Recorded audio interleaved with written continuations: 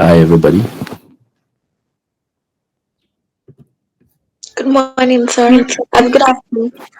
Good afternoon. How you doing? How's been a week? Fine, fine. Great, great, great, great. Okay. So, last week, can we do a quick recap of what we were doing last week? So today we are just going straight to coding. We have just 2 weeks left this week and next week to wrap up this cohort, and we are very hopeful. It's been a long way. And so, quickly, can we do a quick recap of what we did last week?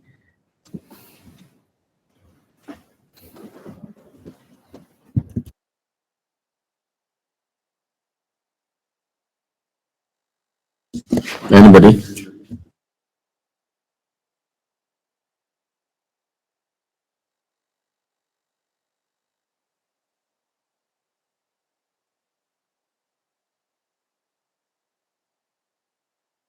Hello? So, Esther, how are we doing the recap? Like, just like an overview of what we did last week.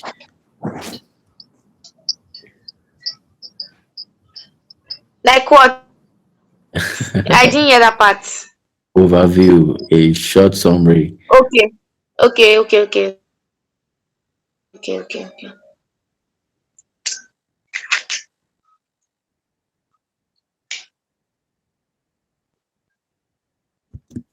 I'm waiting.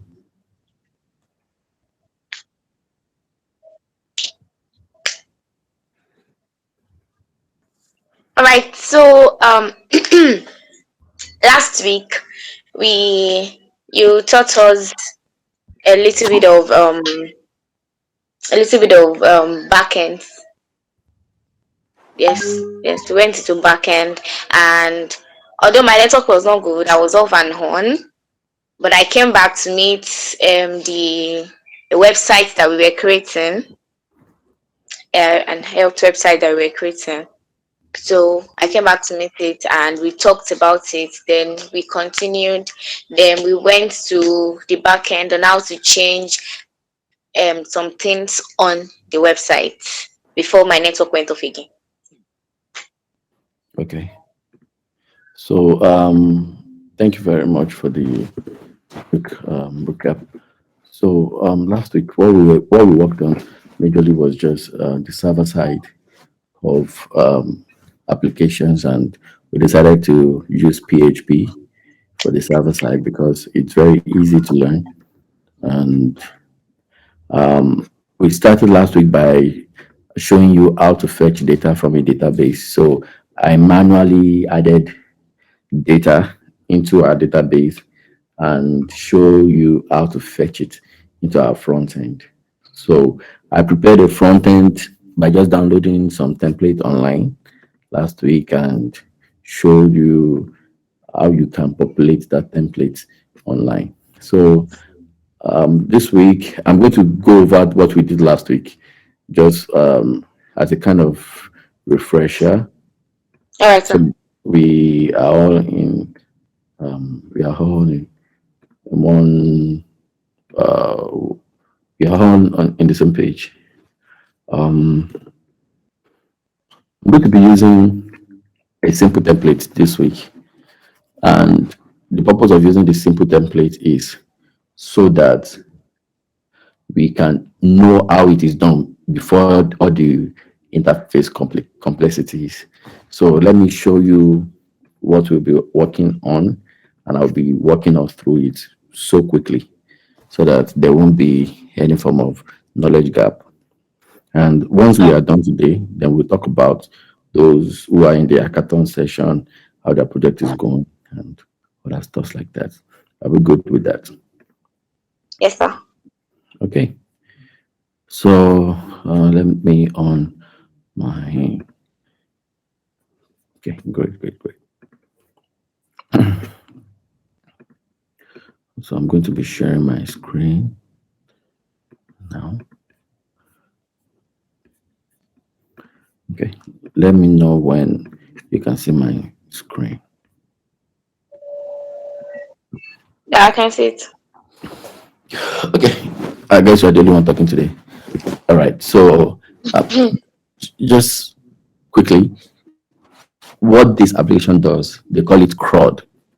You can see PHP CRUD here, and CRUD means create, read, update, and delete. So create means I'm creating a new data. The data don't exist before. Let's say I'm filling a form. The details of my form is in my heart. Now I want to communicate my details or submit my data, my biodata, my anything. I want to submit it to an institution or for a particular purpose, and I have to provide some data. So I'm creating a data entry, right? So that's what create means. Then read means the data exists in a particular database. I now want to read the data from the database.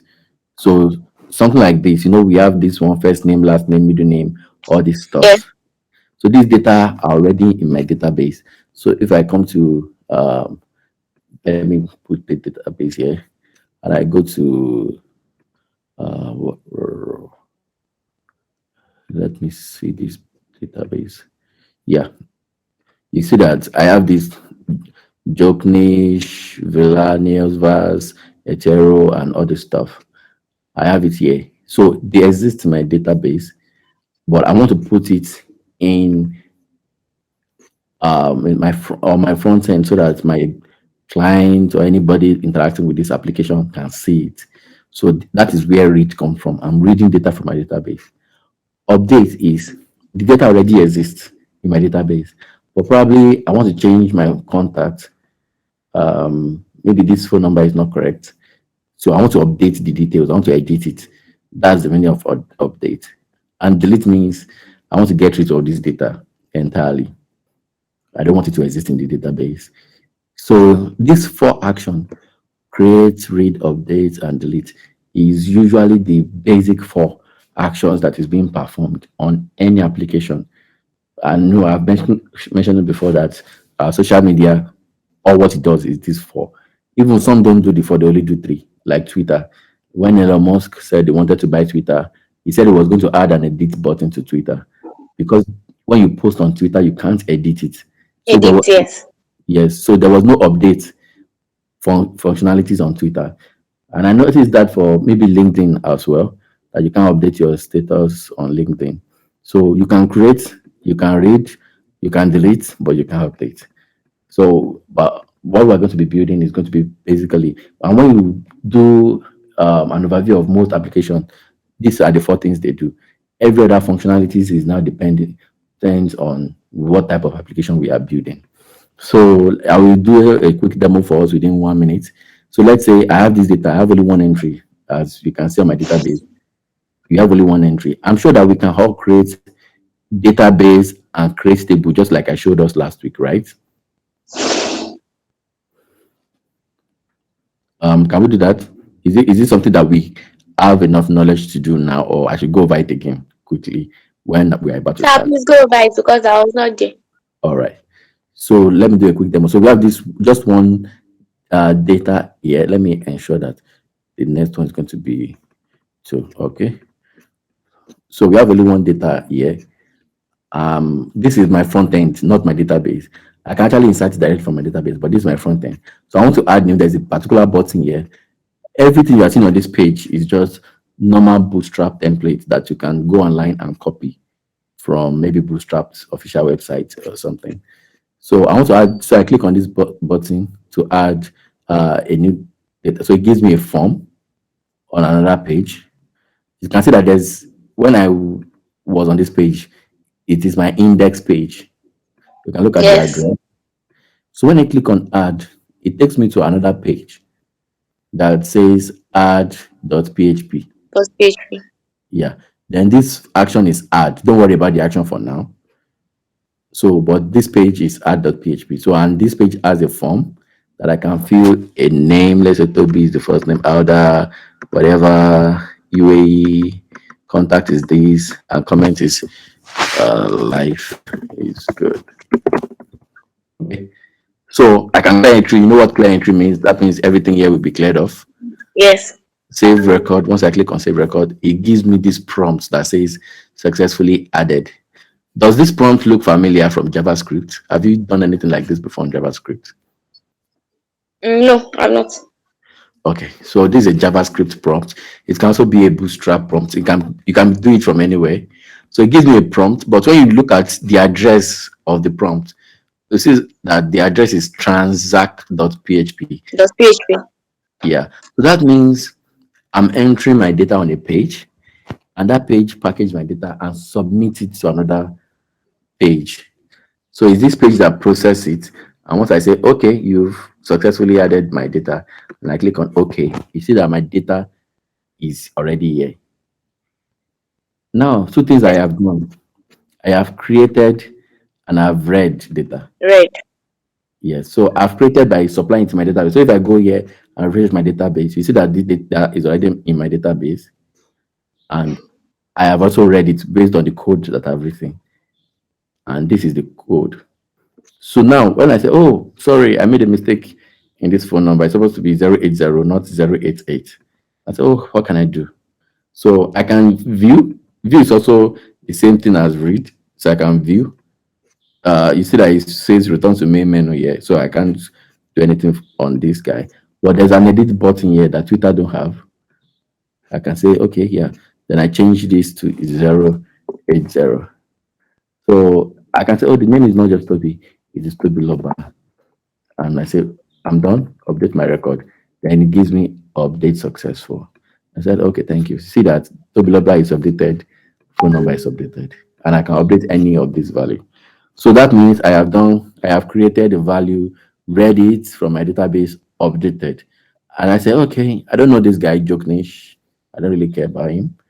I'm going to delete his data. Then I click on delete. Then it asks me, okay, then it tells me successfully deleted. Normally, you're supposed to ask, are you sure you want to delete this guy? Then you can see that the delete page also is different, is Del. del.php. Does PHP? Right. So and I say, yeah.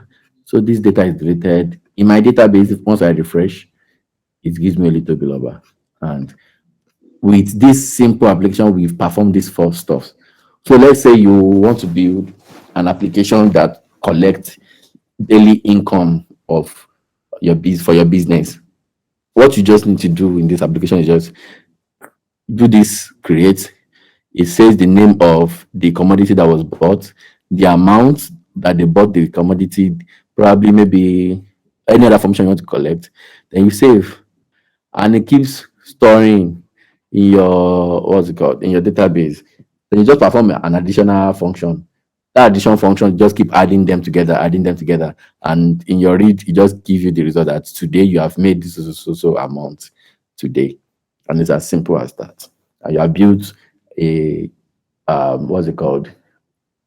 You have built purchase entry application just with the simple stuff. So that's what we're going to be doing today. We're going to be building a very simple purchase entry application. I'm going to be using this interface as my template as well. So, but we're going to be customizing it to do what we want it to do. I hope you are good with that.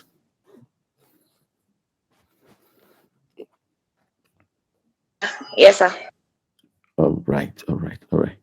Who else is on the call? I'm hearing only one person's voice. And I can see that we are a couple of people here.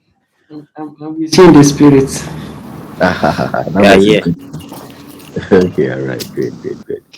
Okay, so this is the mini app. What I'm going to do is I'm going to copy. No, I'm going to create a page inside this mini app. I want to give you this application. So let me do something. Okay, I'm going to be creating. I will create another folder in it, and that's what I will be sharing with you. So I will call it. I will call the name of the folder daily cash. Daily cash. So what daily cash does is that anybody that comes to buy something from me, I get the details of what was purchased. I store in my database. I can delete. I can edit. I can do a stuff of stuff. and that's basic CRUD stuff that will be done. Then I'm going to be borrowing this a lot of things here. I'm going to be borrowing CSS, font awesome, this guy, fonts. I'm going to be borrowing the JavaScript. I'm going to be creating the database from scratch. So I'm going to be borrowing these stuffs and put it here. Paste. Great. So then I wish I can cut this guy and put it somewhere outside. No, no, no. Let me do that so that you don't get distracted by. Okay, don't worry. So you know what? Ignore these other guys. I might be copying some code from it and be pasting here so that we can easily achieve what we want to achieve today. So just ignore them for now. So I'll be copying this other CSS so that I won't have to write my CSS all over again. Okay. Paste. Okay. So I'm going to be creating a file, which is my index file. So it's going to be index.php. Know that everything I'm doing here, I'm doing it inside my XAMPP, my htdocs, right? So it's not something that I'm just it's not something that I'm just doing on any page. It's inside my server page. I'm going to put this this this PHP. Open up. So this is the first thing. You know, in HTML, when I write HTML, I can just say HTML5 and it gives me this, right? So these are like the basic foundation for writing HTML. But for PHP, you have to do open and close angle brackets, then two question mark, then inside of it write PHP and open it up. So it is inside this guy that you write your PHP code. And I'll show you an example from this other index.php. You can see that there is open and close, there is PHP, and it's inside the PHP they wrote this guy. So for now, I won't be splitting it. I'll be writing both the connection, the header. No, I will be splitting it, the connection, the header, and I'll be putting them in a page. You remember how we can write CSS in another page and call it in our HTML page? Do you remember that? Yeah. The same way we are going to be doing it. So we can write PHP code in another page, in another file, and call it with include on this particular file where we need it. So I will start with this connection and header. So this is header, this is connection. I'm going to be copying these two also. I'm putting it here. Okay, let me move it there. I should copy it, not move. Copy, paste. All right. So don't be fooled by these guys. This is everything inside this delete cache that I'm using, and this is what I'm going to be sharing with you. So now in my delete cache, all I have is just this. I have PHP. I'm going to be deleting this HTML template because I'm going to be using the one in the other one. So now for me to let me display what is already here. So I'm going to be doing mini app slash daily cache. Okay. So you can see that my page is empty now. That daily cache index.php. So this is my index.php. If I don't put index.php, it will still give me the same page. You can see that it's blank. So if I remove this index.php as well, it will still give me the same page. But this PHP is there. Anything inside this PHP will not show on my front end, even though you do inspect.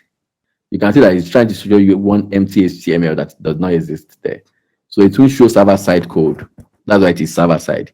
So, but to show something on the front end, the same way you use print in JavaScript, you can use echo here.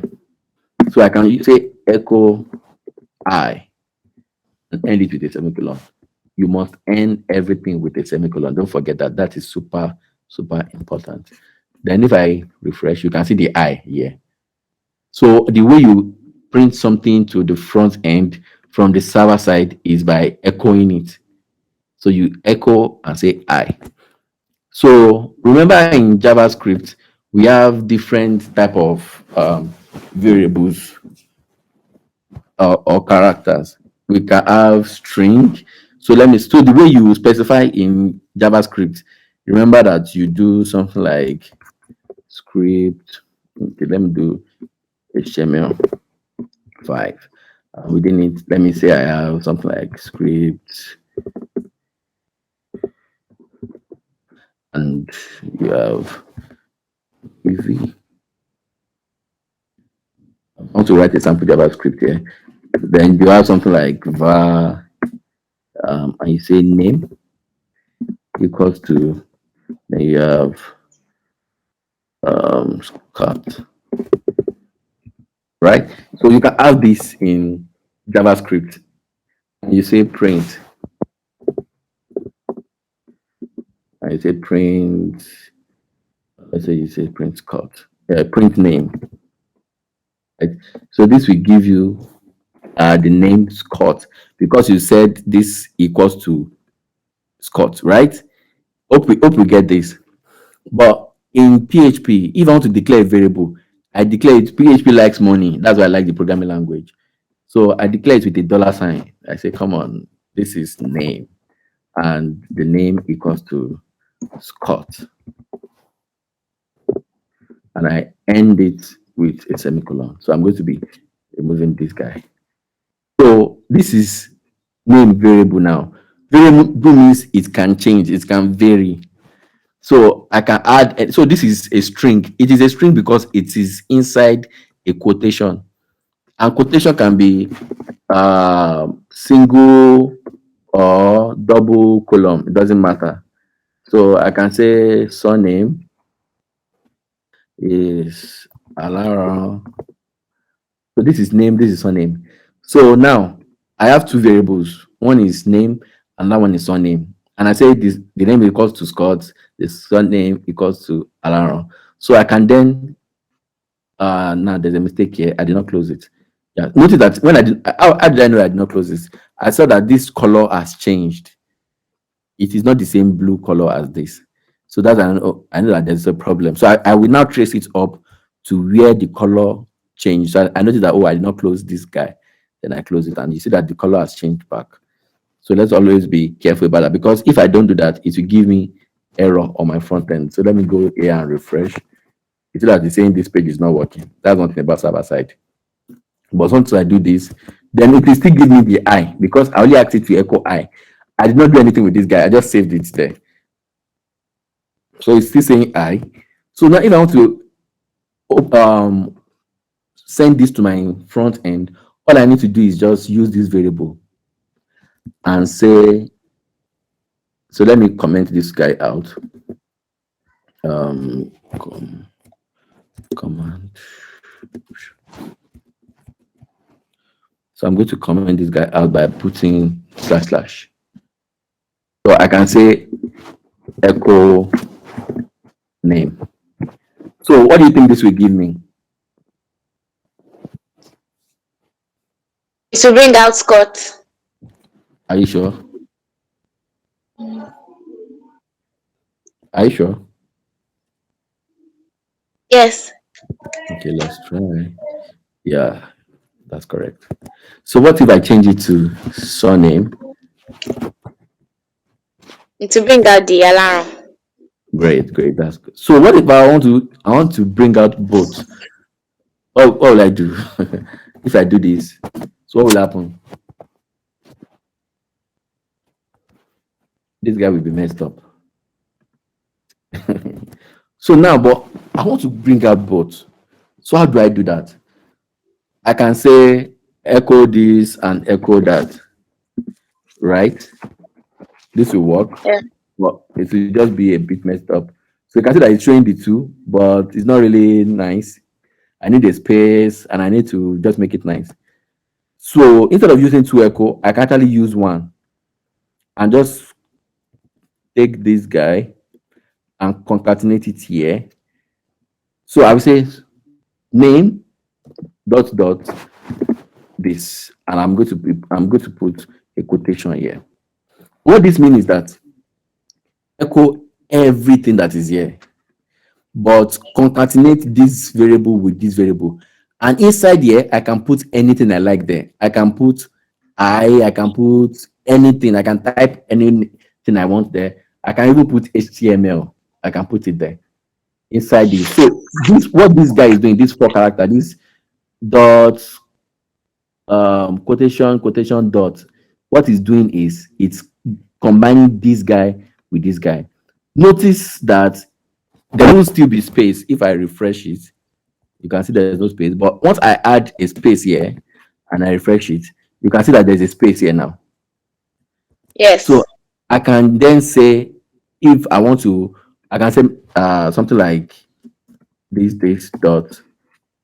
Now, if I am starting with a variable, notice that if I'm concatenating something at the left that is a variable, I have to join it with a dot. The basic rule is that when you are joining a variable with a string, this guy now is a string, just like this one is a string and this one is a string. When I'm joining a variable with a string, I'm using dots to join them together. That's the simple rule. So if I have another string here, I can use dots and put another string here. And if I want to add another string here, all I need to do is just specify the string and put dots to join the string and the variable together. As much as I want to join, I can do that. So I can do something like, hello, my name. No, that's not my name. My friend. There'll be a problem now. I'll show you. My friend's name is. Then I put space. Then this comes here. Then there's a dot. You see that the color has changed. Yes. This guy will messed up once I reload. Yeah. So the reason is because I'm using a single quotation, and yet this my friends is also have a single quotation. So PHP is thinking, okay, if it starts here, then it probably ended here. So two ways you can solve Oh, this problem. The first way is to chicken out. Now you chicken out by changing this one to a double double quotation. quotation. Exactly. So if I change this to double quotation and this one is only single quotation, so you see that the color is back now. So it sees this one as part of the entire string. So if I reload, then you can see this. Hello, friend's name is Scott Alaron. So, but we know that this Scott Alaron is actually two variables, but the user don't see it. That's why when you register on some platforms and you get an email, they will tell you that they will mention your name. So you wonder, like, how did they know my name? So this is how they do it.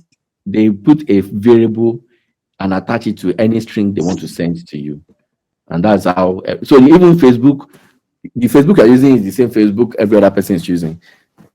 How it gets to print your name on your profile is just this. And it will ask you to mention your name, that what is on your mind today. Is everything, this is the same way they do everything. I know that Facebook was initially written with PHP.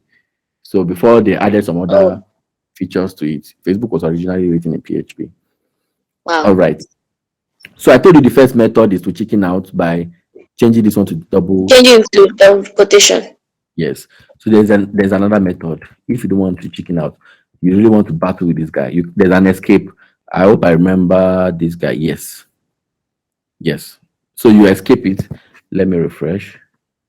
You can see that there was no problem again because you added Yes. this backslash now, not the forward slash. You added the backslash before the quotation. So you are telling me that anything that you see in the front, ignore. But you will see that in the front end, that backslash is not appearing because it understands that, okay, it's actually ignoring so that it can print this quotation, this single quotation. So this is how to escape such things. Hope we all get this. Yes, sir. It's part of what we need in our application. So I will just comment this out. You know what comment does? By adding double slash or Slash. adding hash, either hash or double slash. Or I can put this here slash star and star slash. in case I want to comment a large amount of things. So let's say I want to comment the three together. All I need to do is just put this at the beginning and put this one at the end. So it will comment everything I have from the beginning to the end. Because I use this stuff. You know, this one is blue. If I remove this guy, you can see that this one too is commented. This last part is commented, and we don't want that. So Yes. you have to end the comments. Okay, so this is the basic way how to print. I'm going to be showing us this last one before we go into our major application that we'll be building within 30 minutes or 1 hour. Okay, so I want to do simple arithmetic.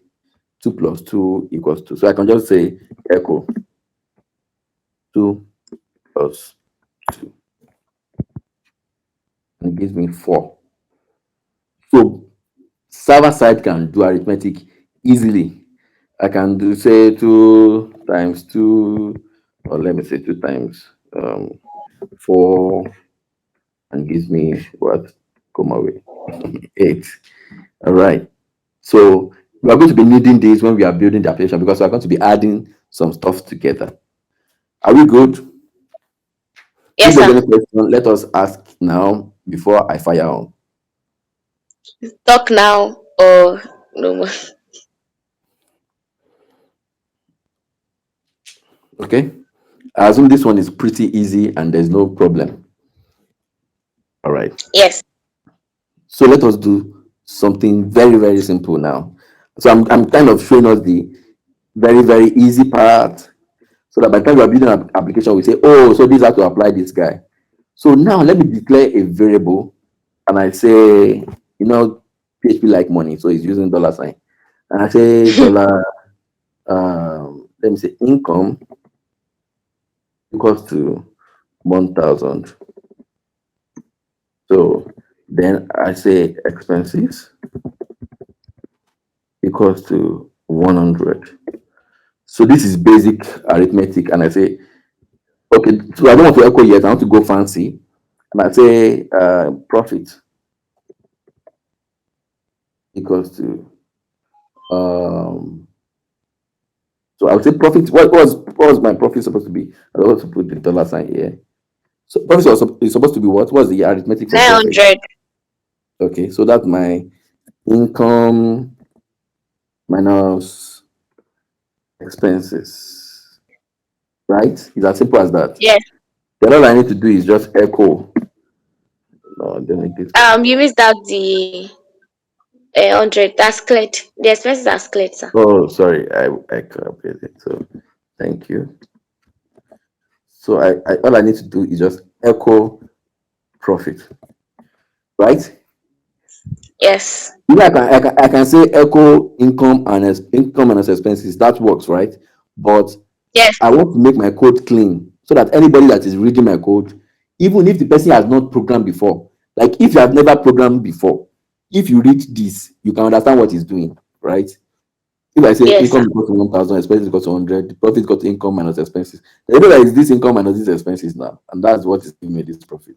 And I say echo, then echo is giving me what? 900. So it is as simple as that. Once you get this, you are good for backend. You are good. You can see the backend is even simpler than front end. Yes, kind of. Yeah, kind of. Until we enter it. Wait, who was that? Me. Don't worry, it is simpler. Okay. Some few more concepts. Um, Now this is profit. Let's say we now want to do. Okay, so this is just a concept. Let me leave this concept like this. I won't touch it. Um, so I'm going to be doing stuff. Trash stuff. So just commenting it out. Okay, so I'm going to be teaching us another um, little snippet, and this is going to be a very simple one. I have count. I say count equals to 10. Don't forget, always end it with a semicolon. So now I want to count 1 to 10. There are several ways I can do counting 1 to 10. The first one is I can use for loop. So if I say for, Visual Studio Code will give me example. Like, do you just want to type for, or you want to use for function? This shape means a function. So if I click on this for, it will write out the code for me. And I can say for I, now let me explain this topic to you. I want it to count from let's say 1 to 10. That's what I want it to do. And 10 is my maximum number I want it to count to. So I'm telling it that my initial number is, I'm going to put 1 here. That means start from 1. You understand? Yes. Start from 1, I close it with semicolon. Then I said it that 1 have to be less than, so I'm going to be putting count here. I can actually put 10 here. So let me comment this guy so that it doesn't confuse anyone. So I'm going to put 10 here. So I say let my I start from 1. I is just a variable. It doesn't matter. I can put anything. I can put count. I can put anything I want. So I said let I start from 1. Then 1 must be less than 10, and increment that 1 by 1, 1, 1, 1, 1 until you reach something that is less than 10. You know the highest number that is less than 10 when you're counting 1 by 1 is 9, right? Yes. So I don't want it to reach 9 and stop. So two things I can do. I can say I must be less than 11. It will give me 1 to 10 because 10 is the highest number that is less than 11, right? Or Yes. I can say I must be less or equal to 10. So that means it Mm. will count 10 too because 10 is equal to 10. Do we understand that?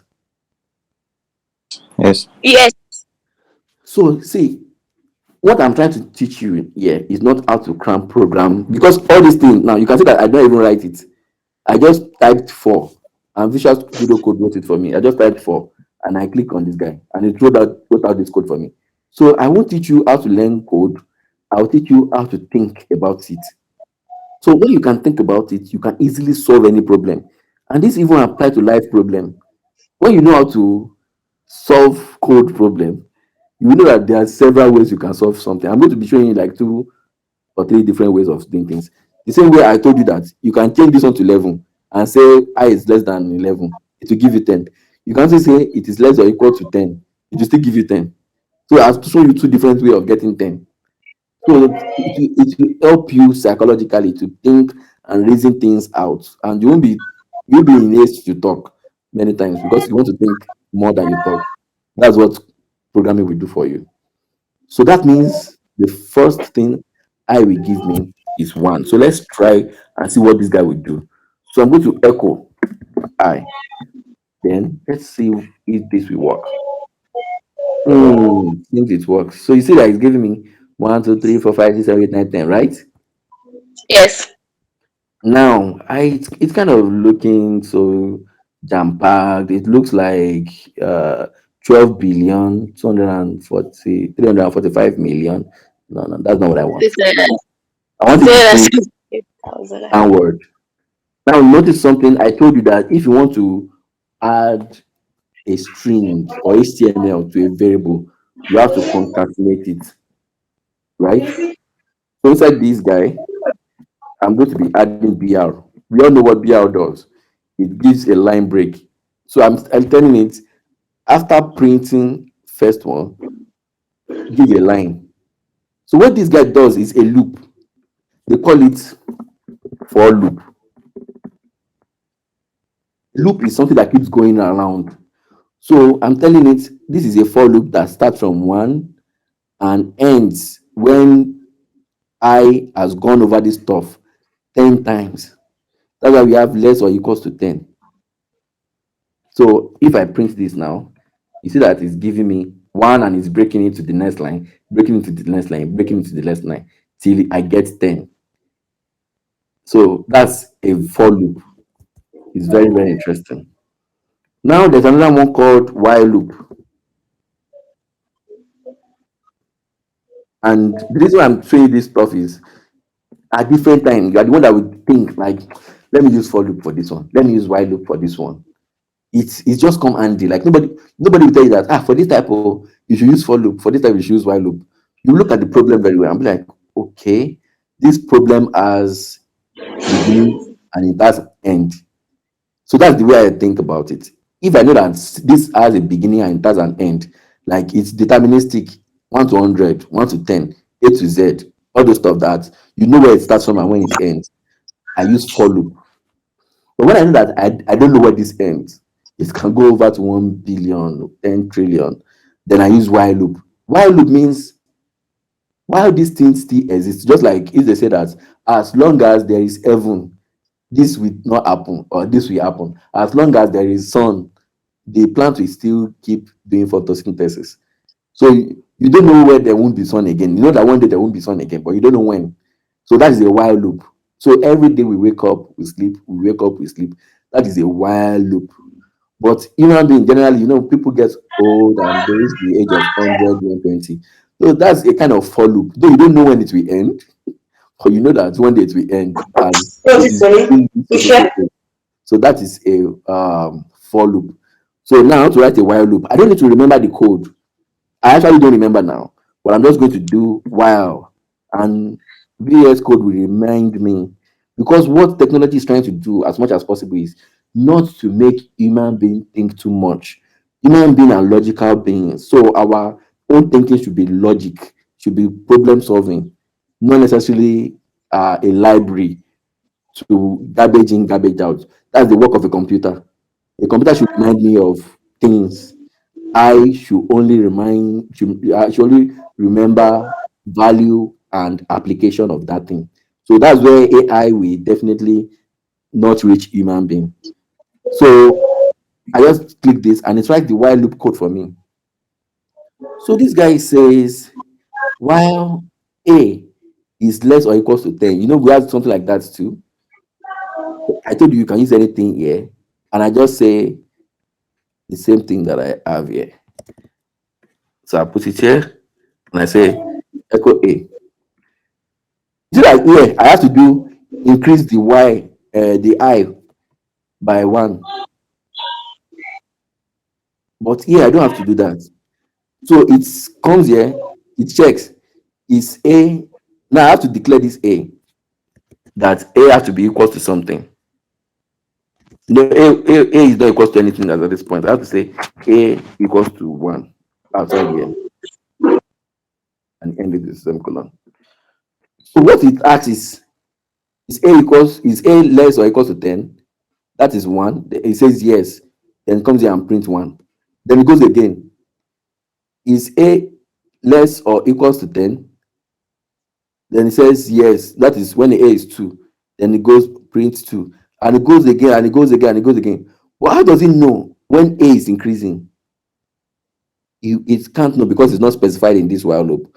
So what we are going to do is we are going to specify the increment ourselves by doing plus plus here. So we are telling it our initial A is equal to 1. Then it asks, is 1 less or equal to 10? Yes. Then it prints this guy. Then it comes to this line and it adds another 1 to it. So it becomes 2. Then it won't get out of this loop until this guy fails. As long as this guy is true, it will keep on looping until this guy becomes false. So this one becomes 2. It comes back here and it says it's 2 less or equals to 10. True.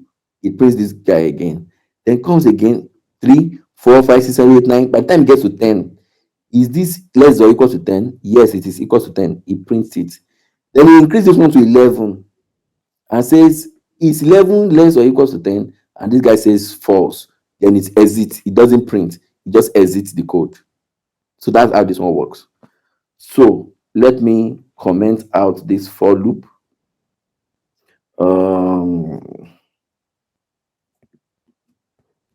There should be a way to comment this thing in bulk.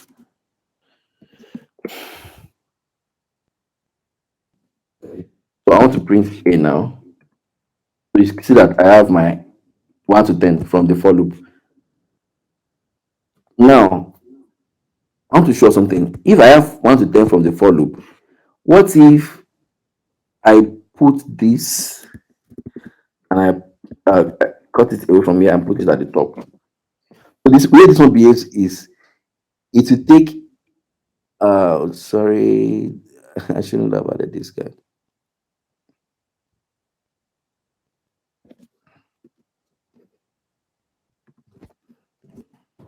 Okay. So it asks this question, is it less than 10? And I say yes. Then it add to the first value before even echoing. So if I want to print out this guy now, you see that this guy starts from 2 and it ends with 11 because it has added before printing. So by the time this one becomes 10, it adds 1 to the 10 before even printing. That's why we are having 11 here. Do you understand the logic now? So one thing about programming is there's no answer to any question. There is continuous problem to human interaction, making life easy. It's just problem that nobody can say I have the answer to everything in the whole world. So now what programmers do is to think about how do we solve this thing naturally. So if I have to, in the old days, I remember those days that you have to go to your bank branch to withdraw money. But later, some people were like, "Ah, if I travel to another state, I can't even withdraw money in the same bank of another state because now the cashier have to bring a ledger, look for my name, and say, oh, this person has an account with us, and this is the account balance, and give me money and write it down on the paper." Then some people came out with a software that said, no, you don't have to use paper. Just put the money in the computer, and the computer will give you the addition of how much the person have. Then that was a good solution. It makes the people work more efficiently. But there's a problem again. The person can still withdraw in another state. Then they say, oh, don't let us store it on your computer. Let us put it on a server somewhere that every of your branch can connect to that server and perform operations on that server. So you can open a new branch today and they start operation today. And your customer that was in Lagos can go to Abuja and withdraw money because you are all talking to the same server, to the same computer. So your record in Lagos is on that server. When the person gets to Abuja, it is still the same record. The bank in Abuja will still access. So we keep on solving the problem. Now, people say, okay, that's fine, but there's still a problem.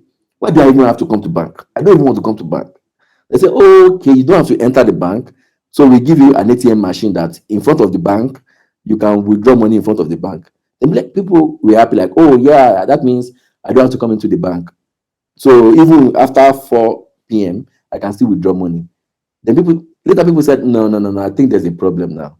Why why do we even have to come around the bank building? We don't even want to leave our house before we do things. They say, okay, let's give you a mobile app that from your house you can send money and receive money right from the comfort of your home. Then everybody was happy, like, yeah, we're happy now. I said, okay, what about if we need cash? You can't bring cash to our house. Then somebody came out with a solution and say, what if we put a POS machine on your street? Is that fine? And people said, yeah, that's a good one. Then now there's another problem today. That people say, okay, even with that POS machine, they charge us a lot of money. How can we solve this problem of not even using cash for anything at all? If you want to pay anything as simple as buying just groceries, we don't want to stay too much trying to transfer um, uh, by using an app or using cash. And say, okay, we can just give you a card that you just tap NFC card. You don't even have to swipe and enter your password. You just tap the card on our POS machine and you can withdraw money. Say, oh, that's a nice solution. So every day we keep innovating. So that's why when you have a problem in programming, you just go online and see how other people have solved that problem.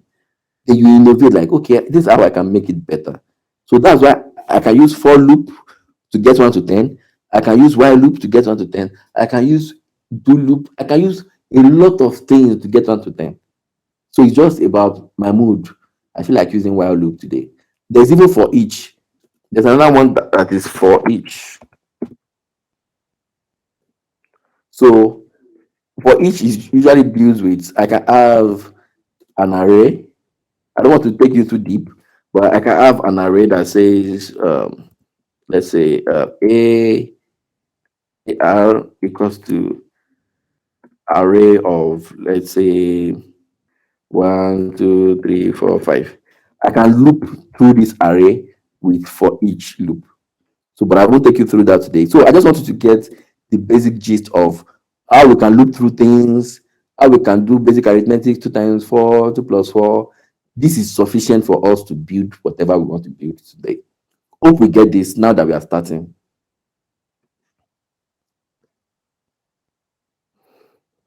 Hello. Yes, sir. Yes. All right. I only have one person today in the class.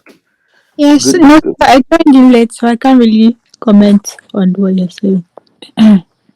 All right. All right. That's fine. Okay. But if you can't comment, do you get the simple thing I've been trying to do? Yes, I joined from when you started the for loop. Great, Yes, and great. the while loop, so I understand. All right, that's perfect. Yes. That's perfect. Okay, so let's just start now. I So, Mr. think Femi, please, is the class recorded? don't let us depend on recording, but I hope it's being Because recorded. I'm really distracted today, kind of. Okay, So I have to just rely on the recording. okay. So um let's start now. The first thing we have to get together is our interface. That's usually the first thing that we use. So I'm going to be keeping this code somewhere so that we don't get distracted. I will create a new file here. I will call it snippet.php. So I'm just keeping code snippet there. No big deal. So this my page is empty now. So I want to copy the front end from index.php here. So let me get this together. So this is just the front end. I'll be taking from here. Good, good, good. Then I'm going here and pasting it here. Um, do something. Okay. I'm going to be removing anything that has to do with PHP inside this guy for now. These are PHP related stuff. So I'm going to be removing this guy so that it's just a simple stuff for us. Okay. All right. So this is just basic HTML, right? So, and I told you the other time that the same way we can pull resources together in our HTML, we can have a CSS page and write all our CSS code and call it in our HTML. Then we can have another JavaScript file and call it in our HTML. So we're going to be doing something similar today. We're going to be having this header and connection. Let's start from this header. This header has HTML. You can see that it's like the opening part of HTML. So we ended it here. So you see that it doesn't have the body and the last second part of the HTML. It just ended here, somewhere in the middle. So that means the reason why we do this is so that we can use the same header across all our websites. You can imagine that you have one header on this page. When you move to another page, you have another header. It doesn't, and you don't want to be repeating your codes. So codes that are common, things like header, footer, some things that are common tools. All you need to do is just put it on one page and call it on other pages. Okay. So I'm going to be removing this comment. So this is CSS. We are calling all these CSS files to make our page beautiful. We are calling this, what's the name of our application? Daily Cache. Okay. So this header.php, we're now going to our main index.php. Instead of us having the this part, this dog type HTML, this part in this index page, all we need to do is just call that header with PHP. So we are calling it with PHP now. So I told us we have to do open and close, just like we are writing the same way we write our HTML tags. then we put two question marks, and in between that we put PHP, right? Then we open it up. So this is the basic way to go about it. And we call, now notice that my index and my header are inside the same folder. If this guy is in another folder, I have to reference that folder, but they're the same, so it makes it easy. So I then call it with so that different way. I can use require, and I can use, let me use require first. Require, and I say header PHP. I close it with this. I think this has to be in a quotation. Yeah, header.php. Then I can use, instead of require, I think there's another one I can use, the one they used here, include. I can use include. I'll tell you about the difference. Include, and the same thing, header.php. Now I will tell us the difference. Let me refresh this page first. You see that I now have my header here, and all the CSS is now showing, right? Yes, sir. So the difference between require and include is that include, we actually, just like the name suggests, it will include this header.php anywhere I have it, this particular page, it will include it inside this my own page. What require does is it will include it, but also require it to exist. So if it doesn't exist, there will be a problem. So let us test the difference out. If I comment out this one and I use include alone and I refresh, you see that I still have the page. Let's say I change the name to headers and I refresh. You see that I don't have the page, but at least my code still work, right? My page still displays something. I just don't have headers because it doesn't exist, right? So that's include. It will try to look for this guy. Once he can't find it, just gives up and ignore it. So that's include. So include is a gentle guy and is very, very easy to work with. But now let me say require. If I use require alone and I load, you see that it works. But let's say and I put s here. You know, there's nothing like headers. I don't have anything like headers. And I load, you see that it just stops working. Because you ask it that I require this page before you do anything. If you don't give me my money, I won't let you go. That's the simple way of explaining it. If this doesn't exist, don't bother loading this page. Don't bother. Just ignore it. Just make it blank. So you have to prioritize and know what you actually want. Like, is this thing that this page, is it so important to my user? If it is important and it fails, should I stop my service from working?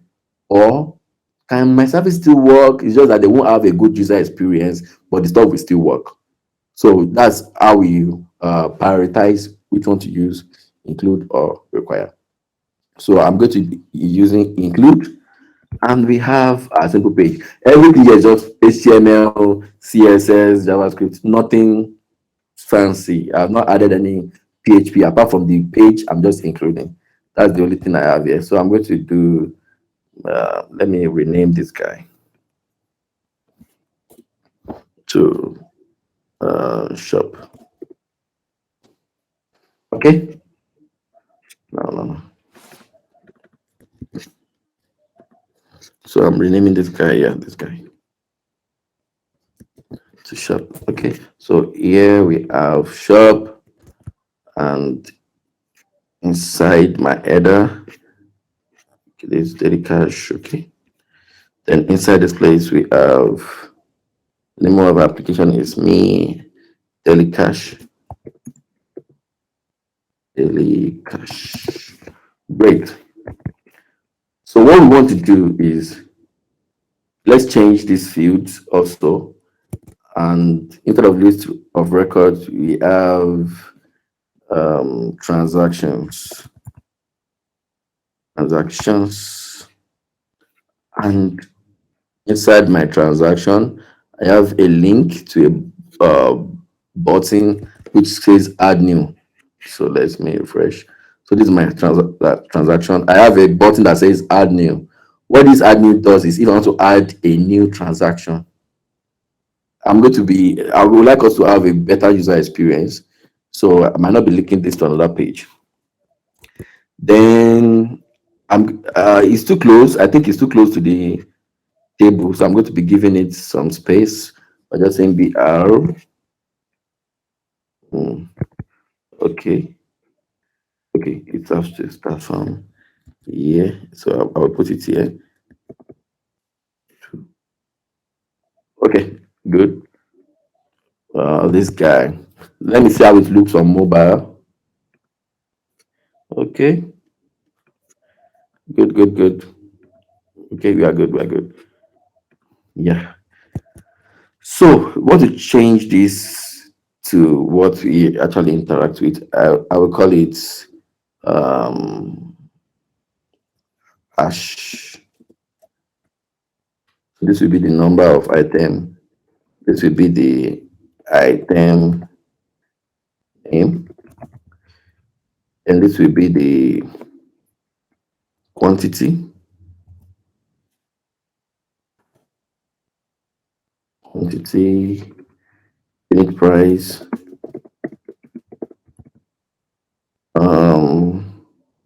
total. So item name, the quantity the person bought. Let's say the person bought bread, two bread. They are 100 naira each. So the total price will be 200. Then what else should we get? What else? What else? Total price will be 200. I think that's good. Total price is 200. So, but this guy, I want to make it bold. So I'm going to be putting B here and also another B here. So you can see that I'm putting HTML inside HTML. That's just how it works. You can do anything you like. So let me do this. All right. So I have item name, quantity, unit price, and total price. So this is where we are going to be putting our details. Good. Now I want to create another page that we can edit this from. I don't want to make this too complex. So in case you want to edit anything here, I will create another page that we can edit from. And I think we should be using just those two pages so I won't make things complicated. So I will create another page and I will call it edit.php. Yeah, so this is a blank page. All I need for this page to kickstart is my same header. I don't need to write this code again. I just need to populate this header there to include this header. So let me even see how it looks without anything. So I will put edit.php here. Okay. Daily edits PHP header. Good, good, good. So I want to replicate something like this. So on this page, our header starts with the normal HTML and it ends with head. So that means it is missing some parts like body. It's missing body and the end of HTML. HTML. You know that this is what it takes to have a complete HTML, right? So I'm going to be cutting this part that is left. I'll be putting it in this guy. So you see that's what this want to do. It starts from the body and it has the end of the body and also the HTML. Okay, so there are some cool JavaScript, whatever that was added here. So I'll just be copying it so I can have the cool features and I'll put it before the end of the body. No brainer. Okay. Has there been any change? So let me inspect. So I can see that I have the body, then I have the edge. You can see that this is the edge that I imported from that header. So that's good. Okay, so let me go and put a form here now. And I told us last week, I don't need to stress myself. All I need to do is just come here and look for Bootstrap form.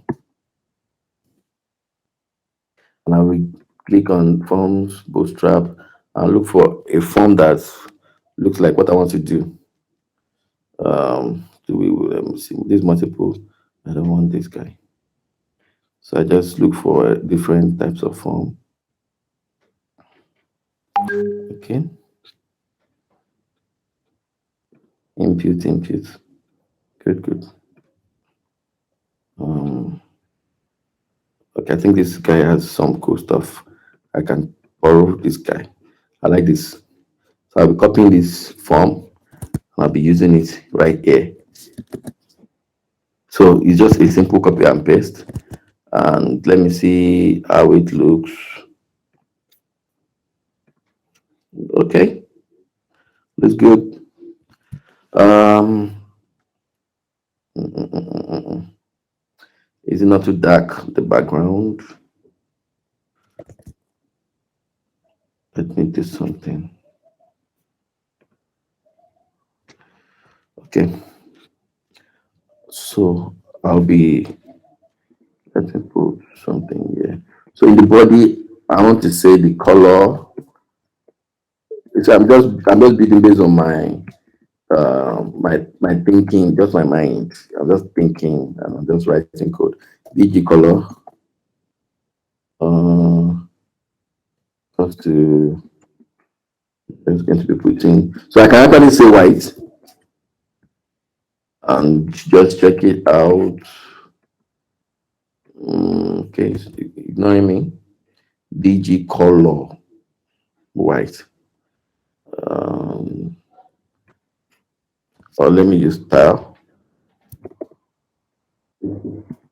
No, let me do that for the form instead of the body. I will do that for the form, and I would say style. So I want to write CSS inside my form. I'm going to write my CSS. I would say background color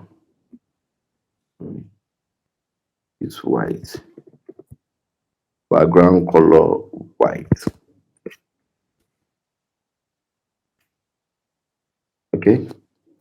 So there are quite a lot of way I can do this. Instead of writing white, I can just use hexadecimal and say FFF.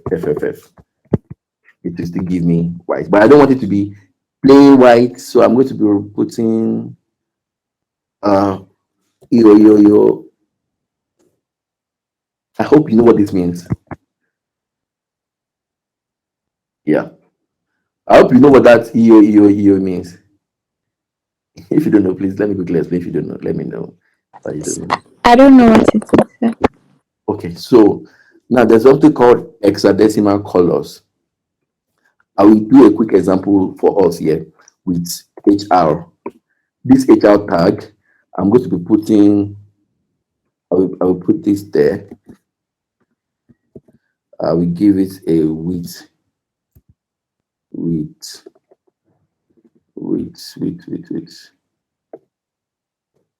I'll give it a width of, let's say, 400 pixel.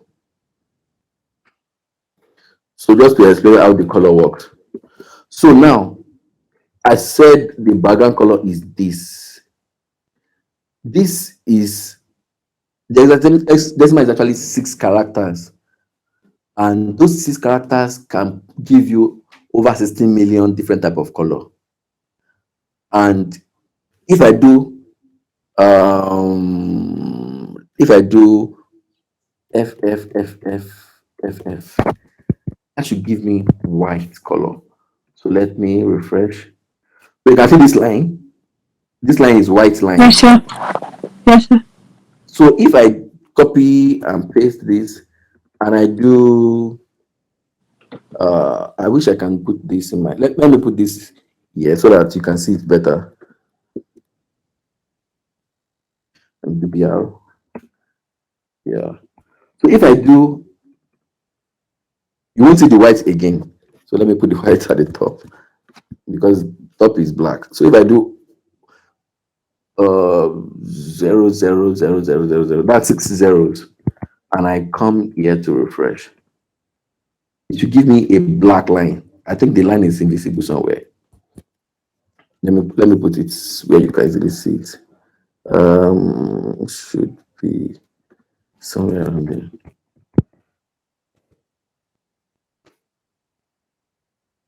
Oh, this is a white line.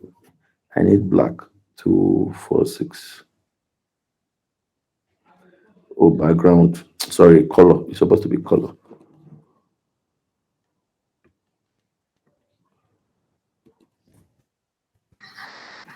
Is it the same X stuff we learned during XLSM. HTML?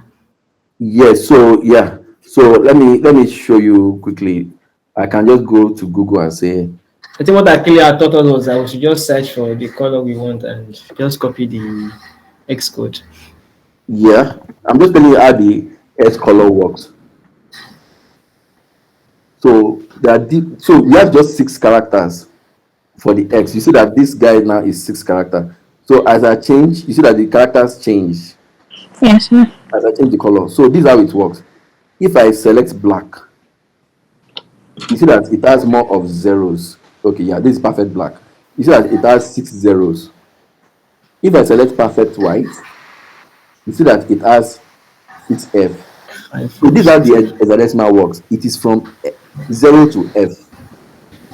0 to F means I have 0, 1, 2, 3, 4, 5, 6, 7, 8, 9, A, B, C, D, E, F. So it's from 0 to 9, then instead of 10, it starts from A A to to F. F. So if I do, and those 3 colors are separated to RGB. You can say RGB here. The RGB means red, green, and blue. And these primary colors, if I combine them, can give me a lot of colors. So the first 2 stand for red, the next 2 stands for green, and the last 2 stands for blue. So if I want perfect red, I will just say FF 0000. So I'm telling, I don't want any shade of blue, I don't want any shade of green. Just give me red. And I come here, you see that I press enter, you see that it's giving me red. Yes, sir. If I say RGB and I say I want blue alone, don't give me any red. Oh, It gives me perfect blue. I can say green alone, don't give me any blue. So it gives me green. So this is RGB. Then I can say I want to combine everything. I want everything. No, sorry, I missed it. 1, 2, 3, 4, 5, 6. So this is white. And I say I don't want color. The absence of color means black. So I can then be fanciful and say, I want white, but I don't want perfect white. So I want, instead of F that is so perfect white. So just give me E, a little bit dark, and 0 black, a little bit blackish mixed with it. And I have this gray ash kind of color. So I can just go fancy and just type whatever I like, and I have a shade of pink. I can have yellow. So all this stuff just have meanings. That I can have any type of color. So if I copy this guy now and I come here and put it in my code, okay, let me put it in this background color. I go here to reload. So it gives me a shade of purple, right?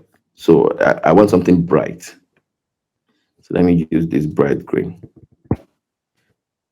My code.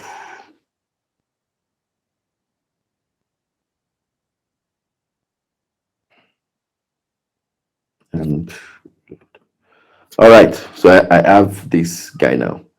So we can just play around the colors and make it fancy, make it look good. All right, so going back to this, so I think I don't need this guy anymore. Um, BG color. Okay. So now, what we want to do is remove some elements in this form and just use the one that are useful to us. So we need just few of them. We need from the index. I think what we need is we need 1, 2, and 3. We will calculate this one out. So we really need to then in order to make our because now we are I want us to build this thing real good. We don't need to we first of all type the item name, then later we will kind of optimize it so that we don't have to type the item name. So we need item name, quantity, and unit price. So we type those three in, we do the calculation, and it gives us the total price, and we get that in output. So we need only 3 fields. So let's edit this to 3. So I'm going to let me check the code. 1, 2. I need something like this. Okay, good. So I'm going to be using 1, 2. I will remove this. I don't need this. I don't need this. 3. Okay. This is another from row 1. So let me remove this guy. These are distractions. Okay. So let me duplicate this. So, and I will remove this as well. I don't need this. So I will call this item. I will call this quantity. I will call this unit price.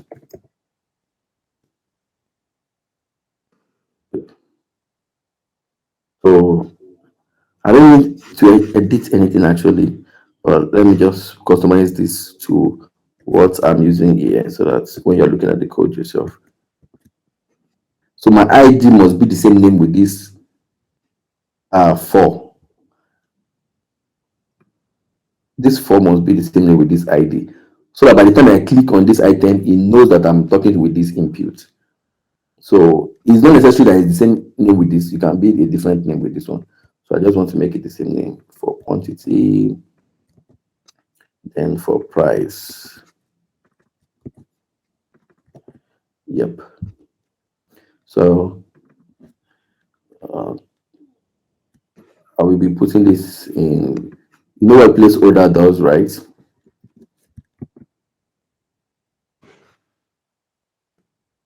I will be putting it in this placeholder. And this Yes.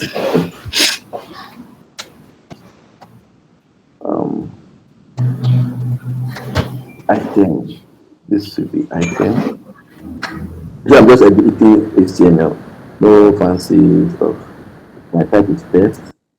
The reason I'm changing the type is so that it won't tell me I have to do something. So now quantity has to be number, right? So I'm changing this one to number. And unit price, I have to put it as test.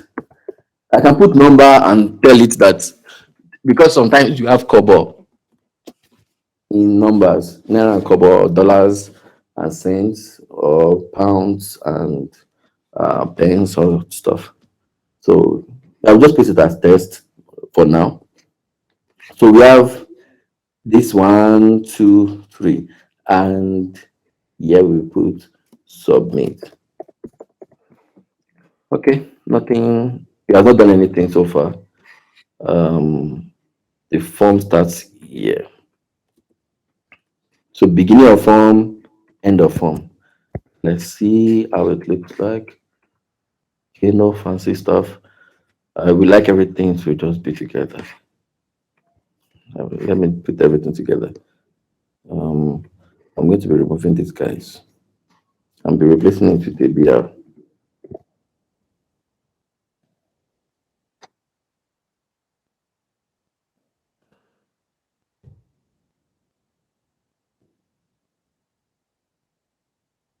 Okay, so replace this, paste it here. I want to make this code so easy for you to read. Okay, I will remove all this fancy stuff. No fancy stuff for now. Then another button before my button.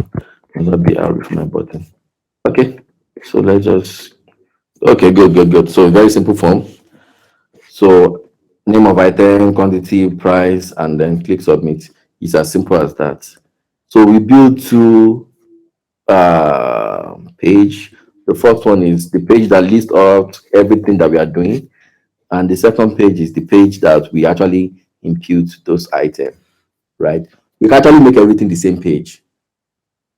Should we make it the same page? I don't want to confuse you too much. Let's make it separate pages. Okay.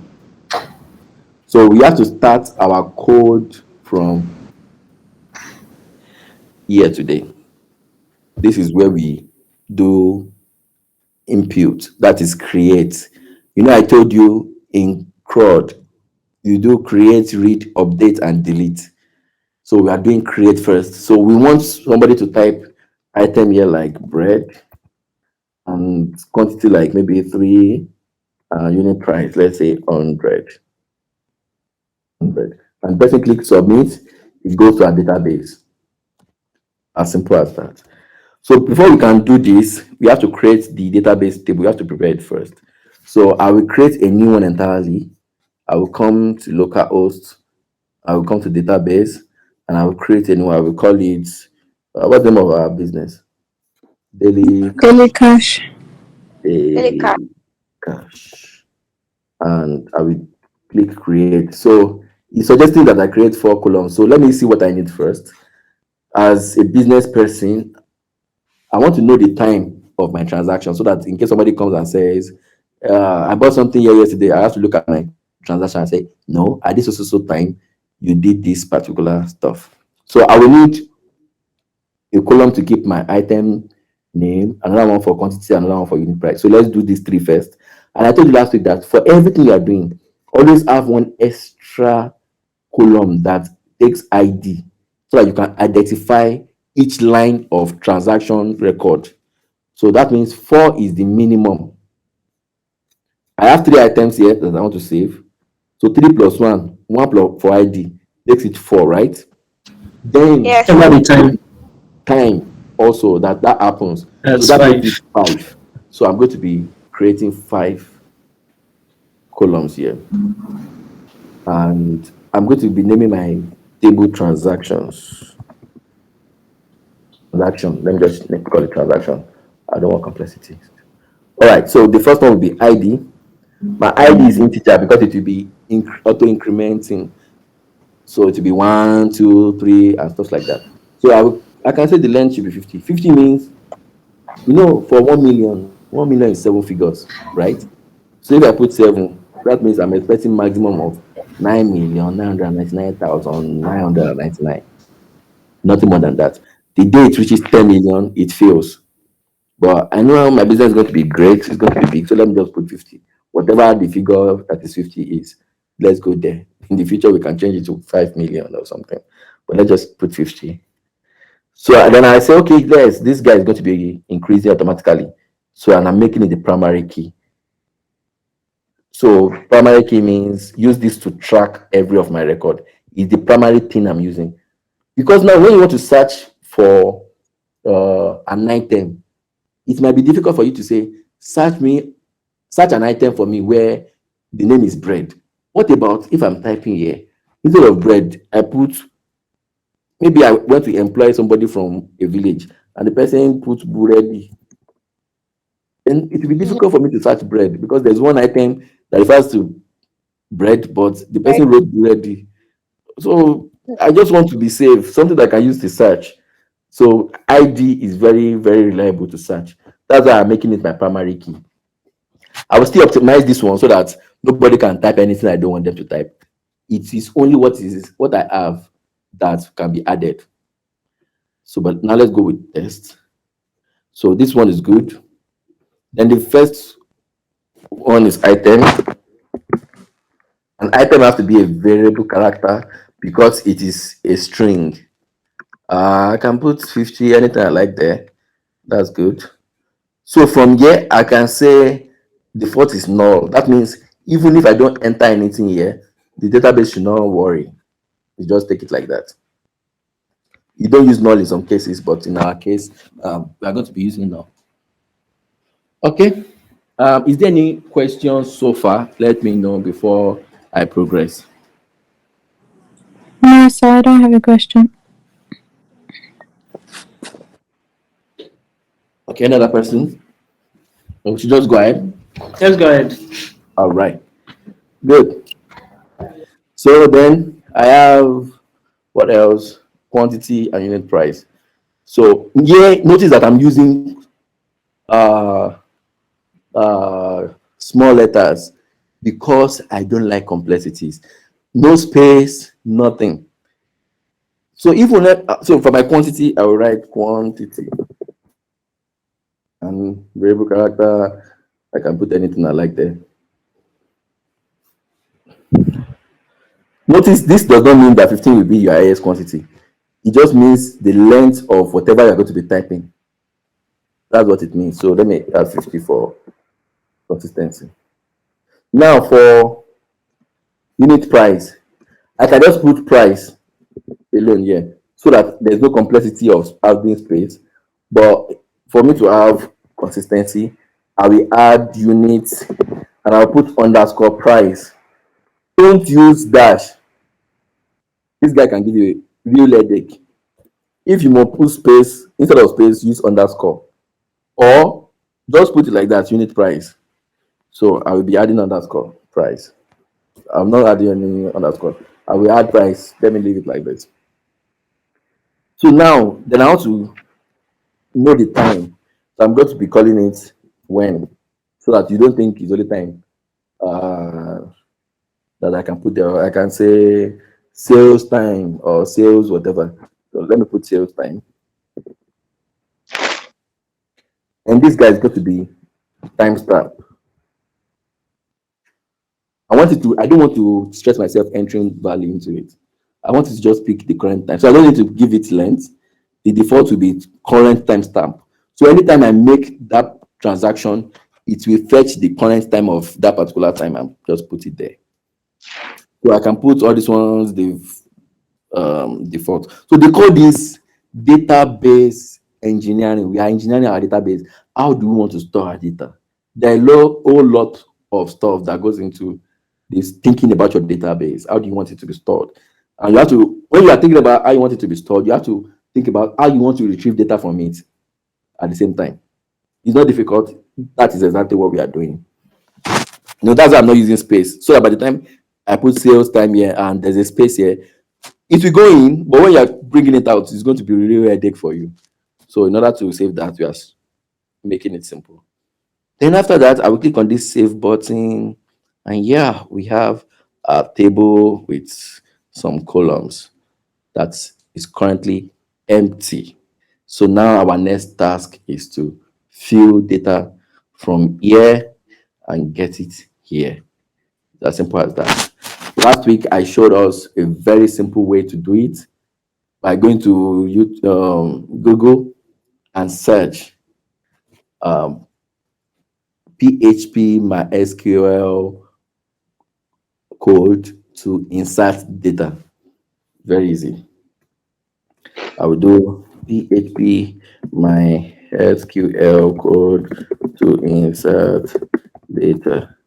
I'm also teaching you how to search for solutions in case you don't have any. So I'm using W3 School's recommended solution. So they give an example that you use this code, insert into the name of the table, then the name of the column, values, and the name of what you want to enter into it. That sounds good. Well, how do I use it? So they give us an example of how to use it here. And you see that they have two different types. They have MySQLi object-oriented, and they have MySQLi procedural. I will be using the procedural for simplicity. Object-oriented is called OOP, object-oriented programming. um, let me use the object oriented so that, because that's actually what we'll be using in real life later in the future. Okay, so I can just copy this code and just use it the way it is without doing any change, and it will work. All right, so because it's this PHP code, I have to put it somewhere at the top. So your page is being processed from top to bottom. So it will process something at the top first, then come and process whatever is at the bottom. That's how things are being processed. So I'm putting it on top of this one because this one have to do with HTML that I kept in another page. You want to always process your logic first. This is your logic before your interface, so that you give this guy room to process your logic and just present it to your interface. That's the way you want to write your code. This one ends here and another one starts here. That's not necessary. I can just remove this one, these two, so that it starts here and it ends here. It's as simple as that. So I don't need, so far both of them are together. I don't need to have one stopping and another one starting. So it is good like this. See, now, no complexity. We are all good, right? We are still friends, right? Is there any Yes, sir. question? Yes, sir. All right, good. So now we want to change this part to what we have. I told you last week, our server name will still be localhost. Then username, password, DB name, we have to change. Our username, because we are developing locally, is root. Our password is empty. And database name is, let me check it. Database name. Our DB name is daily cache. You can see it here. Database, daily cache. So I will just copy and bring it here. So it's as simple as that. Don't forget, always end every line with semicolon. It's very important. Because one thing about backend is you will make a mistake of adding one stray comma here. And this guy can make you work for 2 weeks without knowing where the error is coming from. You just know that there's an error. And God help you, one day you find out this comma. The best way is let another pair of eyes look at it. But how come they didn't do it to work like HTML and CSS, where the last that greater than sign will always be there automatically without having to put it? Like it depends on what you mean by we always be there automatically. Like you mean Like when you for when you want to, HTML codes, yeah. yes, those closing tags will always be there. Okay, so now there's some things that are always there too, because let's say I want to write a function and I say function. You feel like it's also giving me examples of what I should write. The same way you would do in HTML. Let's say you want to write div, and it will give you an example of div. So it also do that for you. IntelliSense. It's called IntelliSense. So it also do that for you, but it's when it does not know your mind. It doesn't know maybe you want to declare a variable here. And there's some plugins too you can use when you come to extensions and you search for PHP extension. So just search PHP. You see a lot of PHP extensions that can help you write better code that you don't have to forget anything. So you can see the different PHP debug, PHP IntelliFence, extension pack, IntelliSense. This is the IntelliSense. So you can install it and it will help you in some ways. So let us look at it first and see auto completion and refactoring support for PHP. So you can see this. Look at the example now. Example of what it does when you are writing code. It gives you a suggestion. Okay, this is what I want to write, and it suggests to you like, is this what you want to write? Then you can then agree that okay, yes, this is what I want, or this is not what I want. So this guy is writing OOP, object-oriented programming, but I'm not currently using that. So you can use that if you want, but I'm not currently using that. It's fine to use it. Okay.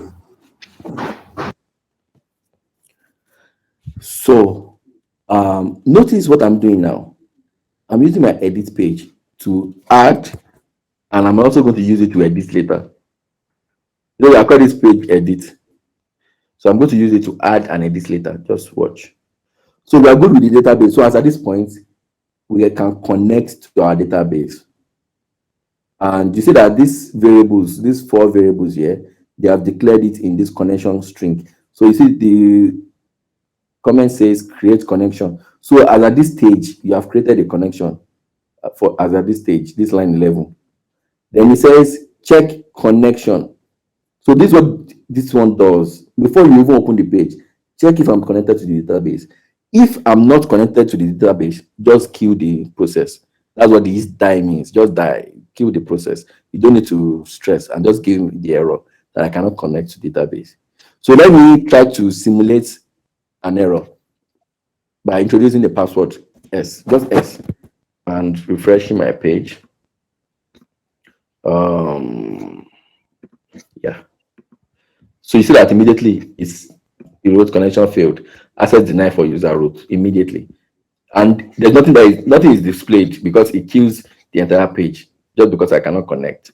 But if I remove this S and I go back to this and I reload, yeah. So it's showing me the page, but it's still showing some error and saying error inserted to my guess. I've not done this, so ignore the error. So one interesting thing about backend like PHP is that when you make some mistake, it will tell you what mistake you have made so you can go and correct it. Yep. So we've connected to the database. Yeah. So I'm going to, so this one then we are checking. So every from line 1 to line 12 is just about database connection and checking if you are connected. And we are good. So then this is what is inserting the value inside the database. I will explain this code to us. The name of our table. This one has to be our table name. What's our table name? Transaction. Inside this daily cache, I can have different tables here. But this one I'm storing stuff on currently is transaction. So I'm going to transaction. So I'll say transaction. I'll put transaction. So I say insert into transaction. I always like putting this guy here. But let me see if it will work without it. So I say insert into transaction. What am I inserting into transaction? I want to insert item, quantity, and price. This guy will be auto-generated. This guy will be auto-generated. Item, quantity, and price is what I'm actually inserting. So item, quantity, price. Item, quantity. No, sorry, what am I doing? Yeah, item, quantity, price. Yep.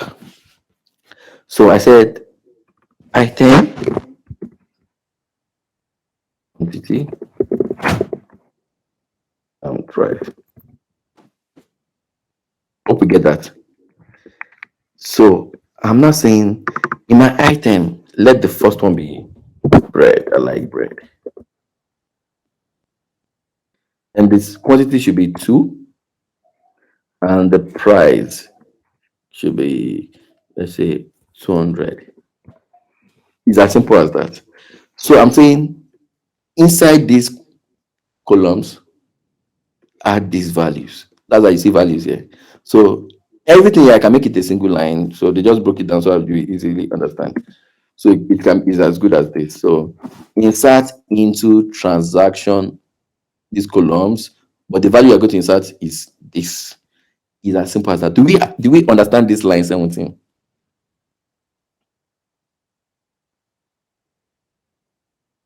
Feedback.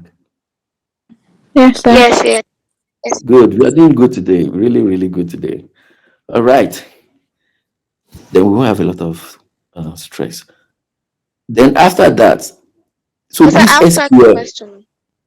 go ahead. Okay, so if we are leaving it like this, I want to add another thing. Do we have to come back here? Like if I want to add water, like water, the units and the item price. Okay. Now you see that we have not even talked about. We created a form, right? Yes. Where's the form? we created a form, right? So this is where we are supposed to add the stuff. Mm. Do you understand? We are not supposed to add Yes, it I from the code. We are not supposed to add it from the code. But I want us to add it from the code first so that we see how it behaves before we turn these guys to variables.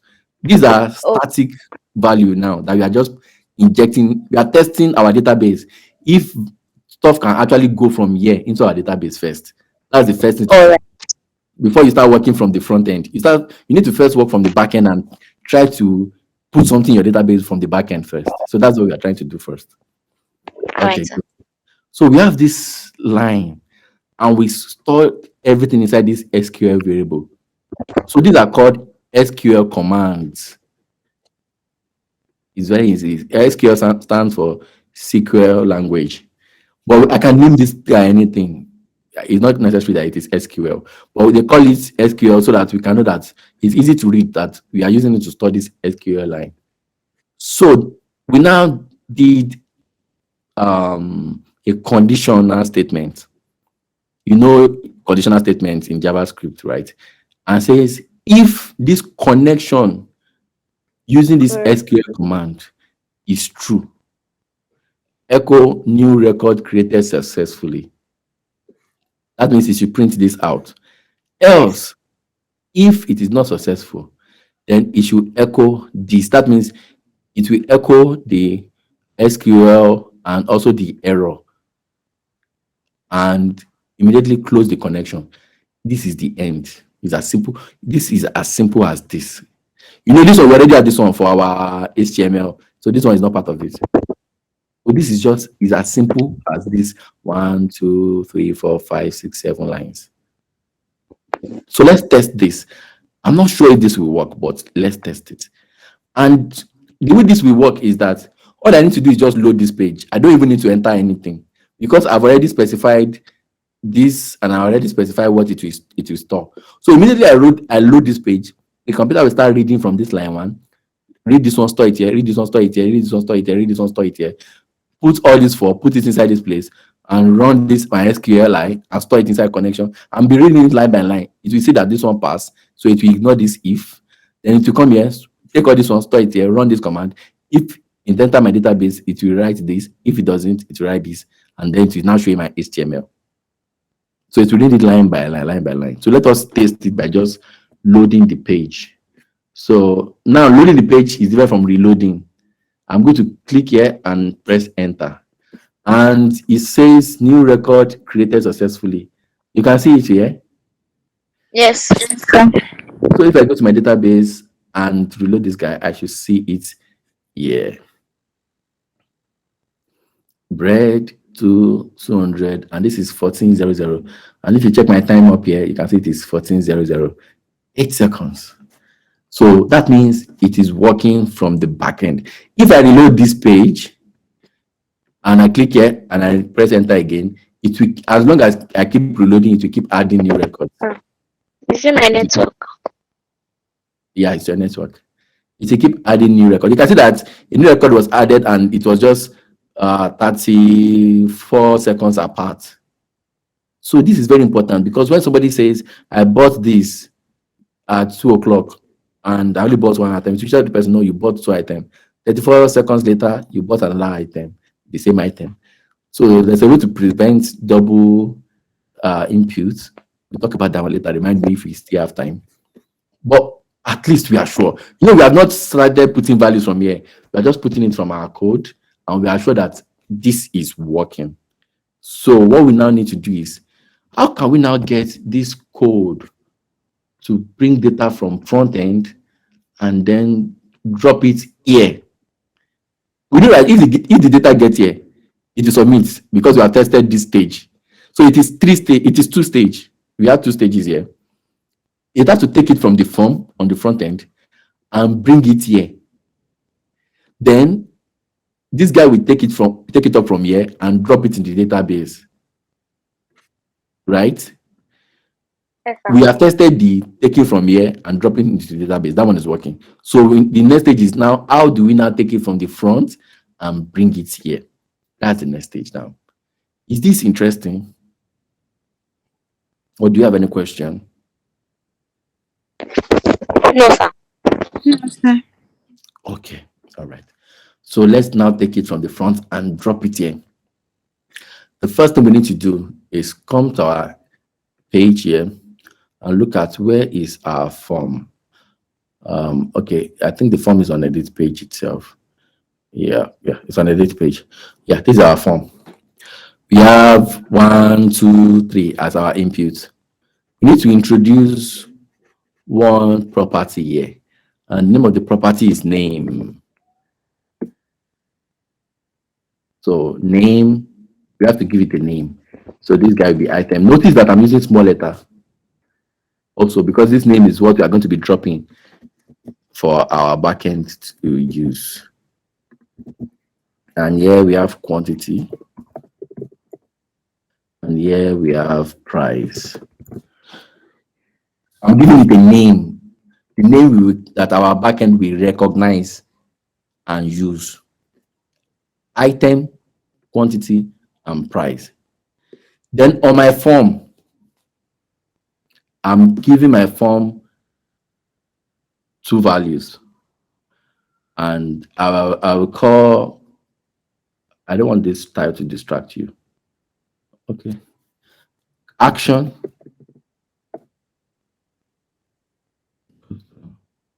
Is and method.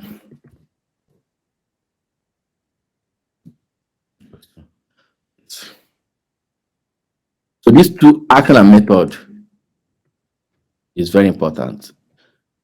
Let me show you. If we just Google let's say HTML PHP form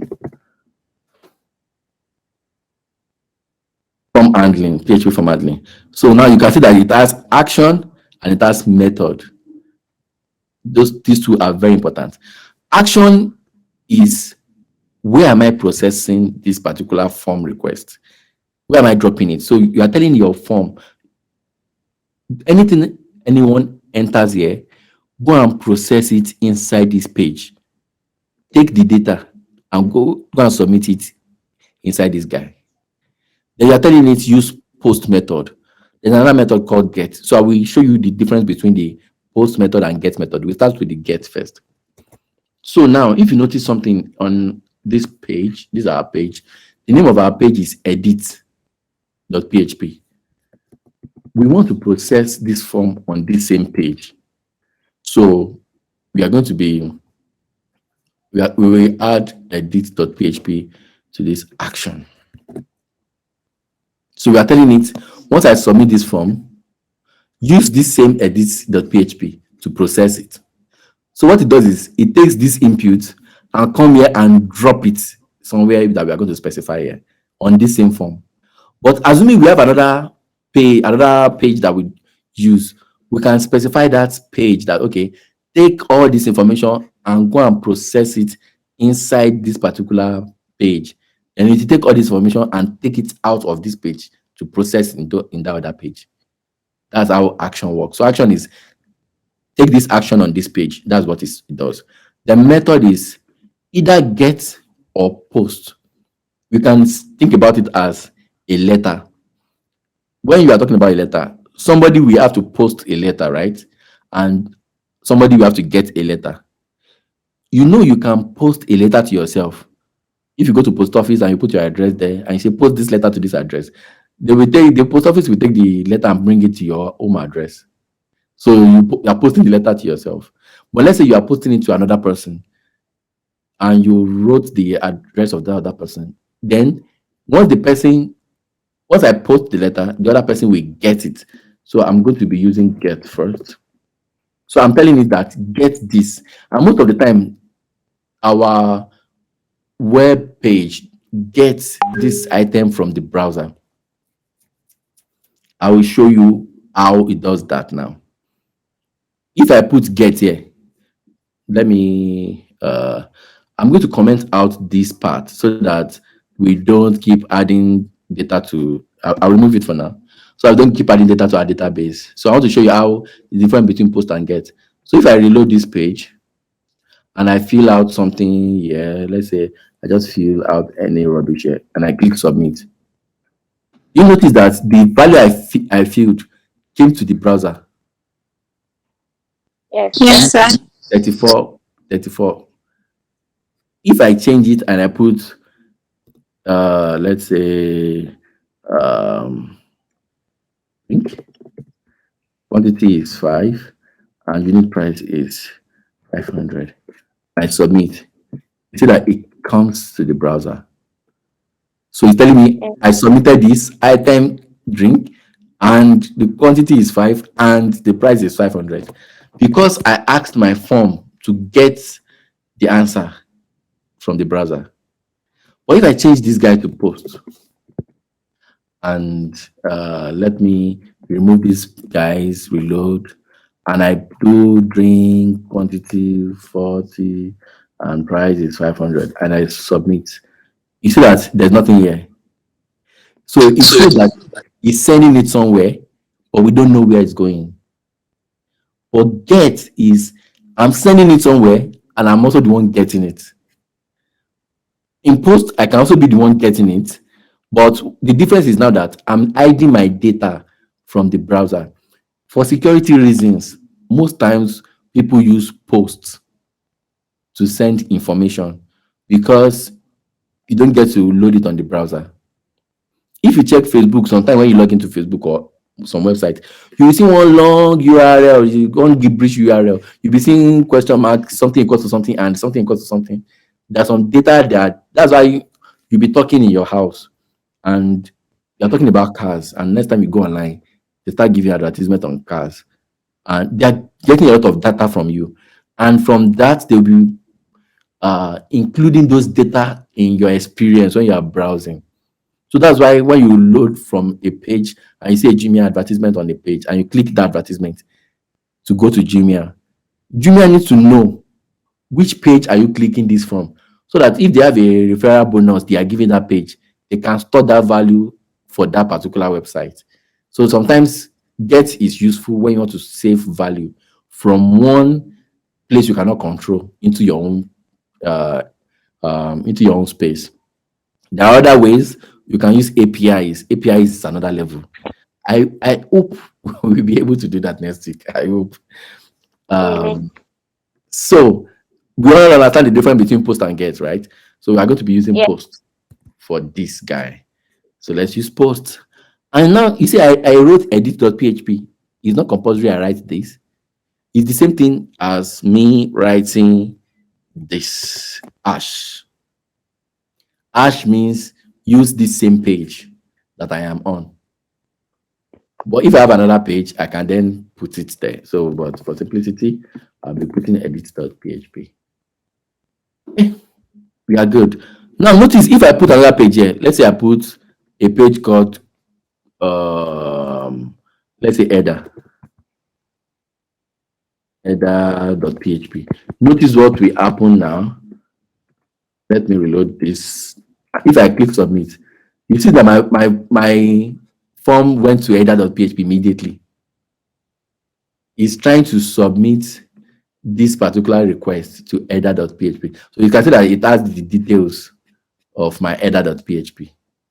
So anywhere I specify here, my data will go. Anywhere, any address I specify here, it will push all this data, it will take it there. But we want it to retain it on edit. So it's just like take it to edit itself. I'm taking my time to explain this thing so that we know how this thing submits from front end to back end.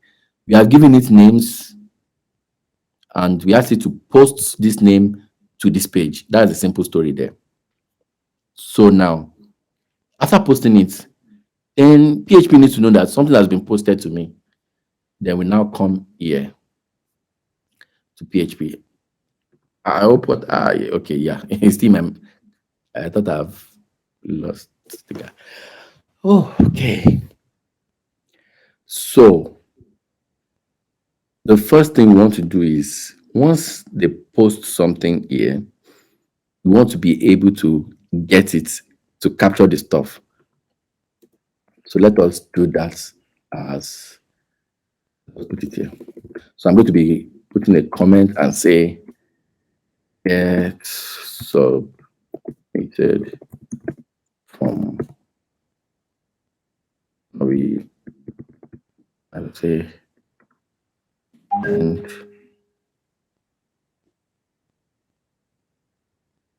I'll just put end. So I will know what each place is doing. So this one I would say insert into database. I will put end and insert. I will know what each part is doing. So this one, okay, create connection, check connection. This one is already good. So I will now say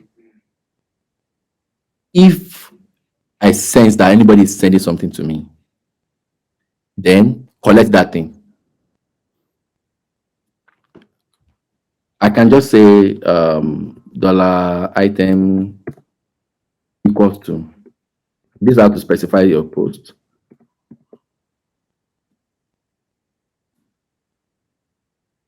As simple as this. And you specify the name that I call it here. I can call it anything here and call it anything in this variable. Well, I just decided to give it the same name for simplicity.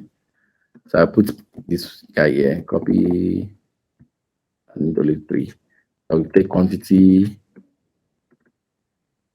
here, put here, then price, it's here, and put this here. What I'm saying is that whatever is being posted to this page, capture it and save it into this variable. If you see anything called, this one is spiritual, you can't see it really. But assume you are using get, you can see get on your browser. So you can see that, okay, there's something called quantity on get. There's something called price, there's something called item. Then this one will be get. Instead of underscore post, it will be underscore get. But we're using posts now. So I'm saying if you see quantity, capture it and store it here. Capture price and store price here. It's as simple as that. I can display this, I can echo this out. I can say echo, then copy this here and do the concatenation I taught us at the beginning and take this quantity and put it here and do this. Put it here just to show us how it works. So I can say item, this was bought. This was bought and the quantity is this at unit price of this. You understand the story now? Bread was bought, yes, and the quantity is 3 at the unit price of 100, something like that. At the unit price of 100. Yes, sir. Yeah, exactly. So, but now I want you to say something. This will only work if we have submitted a form. The guy can only sense something that has been posted, this post function, only if we submit a form. If we don't submit a form and we are trying to check it, let's say I just reload this page, it will give me an error. And sorry, he's submitting this guy. Let me remove this guy again. This guy is just submitting rubbish. So yeah, but so you see, he's writing this variable without anything. There's nothing there. It just says was bought and the quantity is at unit price of. There's nothing there. But let's say I put drink, I put 9, I put 500, and I submit. You see, it wrote drink was bought and the quantity is 9 at unit price of 500. So you see how I push it from my front end into back end. Yeah. I have not pushed it into database yet. So now I want to push it to database. But I know I have these guys, they are storing the values already. So let me Let me retain this guy. It's actually a cool feature. It's actually a cool feature. So, but for me to be displaying messages, I don't want my messages to be, how will I put it? To just be echo. I want my messages to be customizable. So I'm going to declare a variable here and call it messages. So this is the feedback that my user is getting. And I say it is empty string for now. It does not have any value for now. So I can give it value as I want. So I will copy this. Instead of echo, I will now put message there. So anywhere I see echo, I will put message. So I don't want it to just appear anyhow. So I'll put message. Anywhere I see my echo, I'll put message. Then I can now say my message, I want to display my message at the end of this form. So let me do br dash r dash. Then I'll not say PHP then echo message. Instead of it just displaying at the top, it will display at the bottom. And I can now make this fancy, I can make it a fancy message by saying, this PHP, I can break it down like this. But I try to put it on a single line. That will also work. So let me make this interesting by giving it some style. So I'm going to put this dots. No. Stay with me. That's this. So I'm going to be putting div here. I'll put another div here. I can put span. Let me call it span. And then I want to give this guy style. I can call it color. Okay, yeah, let me just use color, general color for now. I'm going to use red. Yeah, so I want the message to appear in red colors. So let me remove this guy. It keeps adding data now. Doesn't matter. Okay. You see now it's not displaying at the top again. It's displaying here now, but it's not showing me the red color that I specified. So what's up? These guys they're Americans. Yeah. So you can see that it's giving. So I can make my message fancy message. I can put it anywhere I like. Instead of me echoing it and just displaying anywhere, so I can make the record display here. So whatever is happening displays here. Good. Now let's finish this hop now. Instead of me just writing bread to 200 here, I'm not going to be writing item. It's going to be item. Come here, drop here. Then the quantity, copy, drop here. And the price, come here, drop here. Do you get this now? Yes, sir. From my form, I submit it in the backend. Then I pick up the variable, drop it here for it to be submitted in my database. It is as simple as that. Let's pray it works. So I think there's a problem. If I reload, you see my record successful, right? Every time I reload, it's saying record as successfully. That means I have a lot of record in my database already by now. A lot of empty records because I'm actually not submitting anything. Do you get? Yes. It's creating empty records. We don't want this to happen. So that means we have to optimize our code. So that means at this stage, he's not seeing anything. So he's just dropping empty records. So that means we don't want this to happen unless we are actually putting something inside these guys. Then I'm going to do an if statement. So I will just do it very simple. I'll just say if something happens, then let this happen. So there's a condition that I'm saying if this has value, then perform all of this. Do you get? So my if Yes. starts from here and ends here. So I'm going to be removing this guy and I'm going to be putting it here. I will put indentation so that we can properly understand this code. Do you understand now? So only perform this if, please mute yourself. There's a noise at the background. So only perform this action if there is a condition that I'm going to specify now. The noise is distracting me. Who is that? Okay, thank you.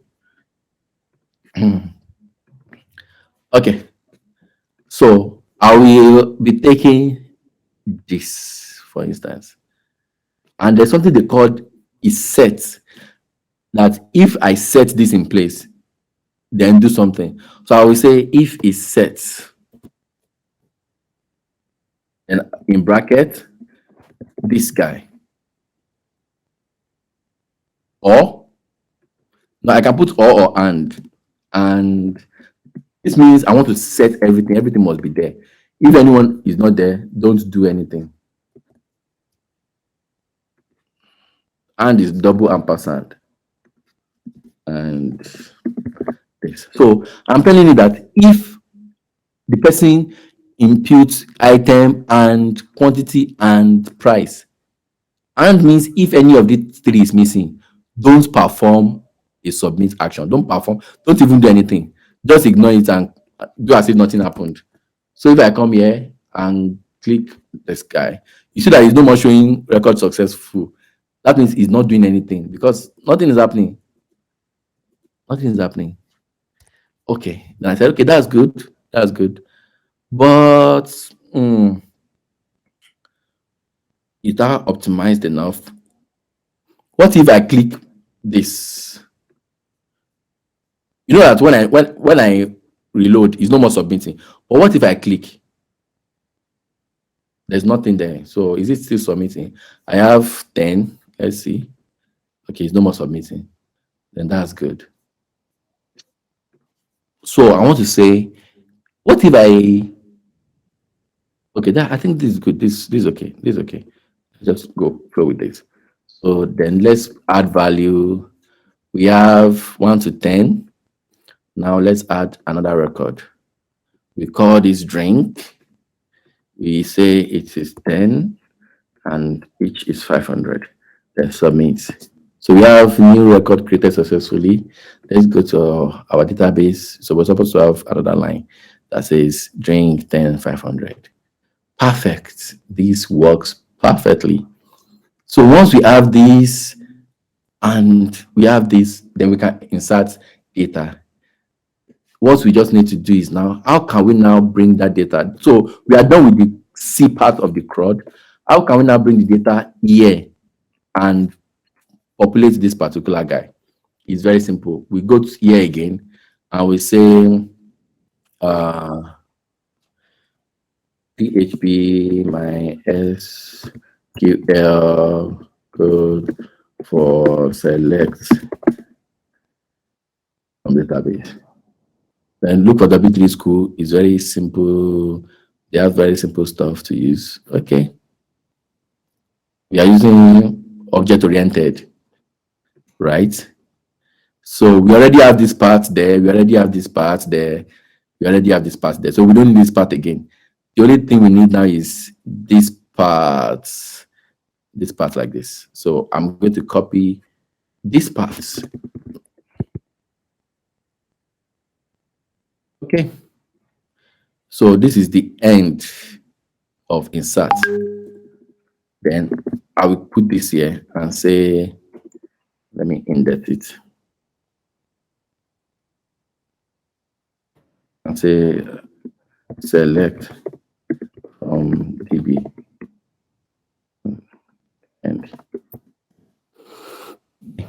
so all what this guy is doing is that he's selecting data from the database, populating it here. If the data exists, we should see it. You should just loop through it and we should see it. So let us make it our own now. So we don't need ID. I will show us how we can fetch our ID. Okay, let's leave ID there for now, and I will show you a better way. So we need item, we need quantity, and we need price. Good. From table transaction. So select ID, item, quantity, price from transaction. I think we should add the time too.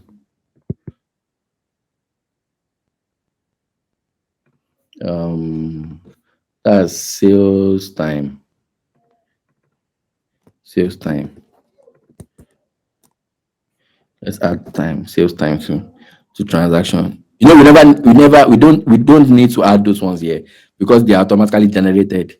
But when we are selecting, we need to add everything that we want to show. Sales time from transaction. Then this is what actually performs the select query. You know, this connection is from here. It has connected to our database already, and it comes here. So we don't want to close connection here. Let's move this down to the last part. So once we are able to get that, then we are saying, let's assume that this is day one of using our application. There's no data in it. When we perform this select action, it will fail because there's actually no data. So once we assume day one, prepare for day one. So that's why we are counting that if the number of rows is greater than 0, that's when you should perform this entire thing. If I put my mouse here, you see that this ends here, the if statement ends here. Then we have else echo 0 result. That means if there's nothing in our database, it will echo is 0 result. So we now say, okay, but if you see that the value is greater than 0, that means we already have 11 records in our database. That means it is greater than 0. Then use while loop. Remember while loop? Our Yes. interesting while loop. Yeah. Like I said that while this one exists, it keeps performing the stuff. So because we don't know how many records will eventually be, we can't use for loop. You know, for loop, we have to specify the end. But we don't know the end in while loop. So that's why we are using while loop. So we are saying while the record, you can still fetch the associative record, then just keep going until you can't fetch record again. So that's what this guy is doing. That this result here, it puts it here. And saying that as long as you can still see results, then just print out the result for me. So what once we print out is actually data on that table. So we're going to be turning this into a variable. We'll declare the variable up here. We call it history. That means transaction history. And we'll say it is empty for now. We are declaring it ahead. Then we come here and put it here. So it is the results we are getting from this select that we're going to be inserting into this history. There will be a problem. Let me just show us now. But now remember, we are in edit page. Yeah, I forgot. Remember that we are in edit page, right? So that means Yes. we're supposed to take this into our index page because our table is actually in the index page. It's not in the edit page. So we need to copy our HTML from this guy and take it to the index page. So we are taking it from here. Let's take everything here. We edit when we get there. Copy. But we don't actually need this guy here. We don't need this guy here. We only need this guy to submit. This edit page, we only need to submit. This is where we do the fetching. Let's do it before we do this. Yep. So we put it here. But here we don't need this guy to submit. So we are removing this submission part. We are removing this submission part. We are returning message. We are returning connection to database. So connect to database, then we are selecting. So we are selecting here. We are populating, we are inserting here. So separation of concerns. Okay. So this is our table. We have this item. We need to populate it with some stuff. So that we need to add something down here. We call it T body. This is not necessary, but it's just good to have. Then table row and table details. Okay. So it's this table row and table details that we want to copy. So this one we have blah blah blah blah blah blah. So say we have 1, 2, 3, 4, 5 here. I'm going to add 5 here too. 5. So let's see how this looks like without. Okay, so you see that we have 5 stuff under that are ready to take data. All right, so I'll copy this entire row because now this row is what you want to replicate. This particular line is what you want to replicate for all your data that are from the database. So I'm copying all this stuff. I'm going to replace it with one HTML, one PHP variable that says history. You know, we call that guy history the other time. Close it. And inside this history, I'm going to replace it with this guy. Remember that I'm putting it inside this quotation mark. Remember, I'm putting inside this quotation mark. Then, yeah, good. So if there is no data, then it's supposed to be history that will display this. Because I'm displaying history down. This is good. So let's check out something. All I now need to do here is now fetch like this and say row. So the same way I created these guys and say they're storing, no, not these guys, and say they're storing these 3 stuffs.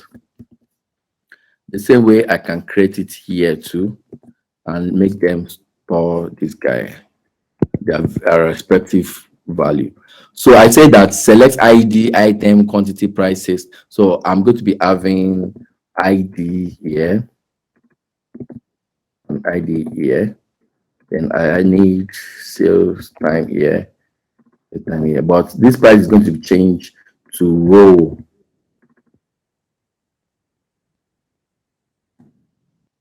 So this is an array. For instance, you know, I'm storing everything inside row. So fetch one line from the database, input it inside row. Inside that one single record, I have ID, I have item, I have quantity, price, and so put respective item into this variable. Is now this variable that I'm populating out here. Do you get the gist now? So I told you that if you want to put HTML and CSS and PHP variable together, you have to concatenate. So I have to concatenate here and put this like this. This dot and quotation. That's all you have to remember. Don't stress yourself too much on.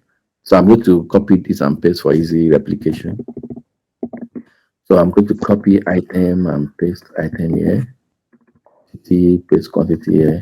I know it might be a lot for now, but once you look at the code yourself, you'll be able to read the code. You don't need to cram the code. All what you need to do is just be able to read and understand what the code is doing. Now, this should give me a result. I'm selecting this from my database. I'm pushing the value inside this variable, and I'm populating this variable inside this HTML table details. Then I store everything inside history, and I come to my HTML and push the history under this guy. Then if I go to my page, I should have the last one there. Oh, interesting. So history. Okay, sorry, I did not put echo. I need to put echo. Yeah. I should have the last one there. Yeah, good. So, you know, I said I will have the last one there, right? Because what I did was, as I'm getting the value, I'm storing it inside history. When the second one comes, it replaces the first one. When the third one comes, it replaces everything. Until the last one came and nothing to replace it, then it just printed out the last one for me. If I want to change that, all I need is just a full stop here. boom. I told you full stop doors concatenation. The same way we are concatenating here. So what I'm doing is that when I store the first one inside history and I get the second one, it doesn't replace the first one. It joins itself to the first one. So it keeps concatenating, keeps joining. And once it has the entire 11, then it prints out the entire 11 for me. So if I come here and boom, then I have all my data from my back end to my front end. Now, I don't want these guys here, right? I don't want these guys here. I can just go here and delete them. So this will create another problem, and I will show you how to resolve that problem. Let's say I come here and delete these guys and just click delete. I don't want these guys there. So I want only the ones that have data. Now I come and reload. Yeah, I have the only one that have data, but come on, there's another problem. I have 1, 2, 3, 4, 5, 11. What kind of mathematics is that? It's because it is picking this guy from here. So never ever display your ID. Your ID is supposed to be used internally. So I want these guys to just display 1, 2, 3, 4, 5, 6, and you should not mind whatever is on my ID. I'm not supposed to display my ID anyways. So now I'm not going to be using my ID here. So what I'm going to be doing, because I have a while loop, you know, while loop keeps going around. Then I'm going to introduce a counter. So I'm going to introduce a variable called count. So this guy is going to be my counter. It's the one that will be counting everything for me. So I will copy this count and say, no, I will say my count is equal to 1. Give it an initial value of 1. And once I get to this loop, I'm going to replace this with count. So this one comes here, and I'm telling it, after you've got it to the end of the loop, then increase yourself the next count. So just keep counting. So I don't care if it is 5,000, this guy will just keep counting. It's just keep counting. So if I come here and I refresh, then I have 6. Woo! Interesting. Do you understand? Yes, sir. Is it difficult? No. Why did you hesitate? No, my network actually. All right. So see, this thing is very interesting. Now, there's one thing I would do. You know that earlier we introduced this edit and say if we enter something here, then you submit. But you know when you submit, it will just show us submitted successfully, and it will stay on this page. What we want to do is once you submit, it should take us to the first page. That's what we want. Then from the first page, we can always click add new. This add new should take us to the edit button. So let us edit this add new. It's just HTML. Add new. Yeah, this is add new. So this guy should take us to edit. Yeah, as simple as that. So when you click on this add new, it should take us to this page, right? Just by add new, take us to this page. Then we fill this form, we submit, then we go to that last page.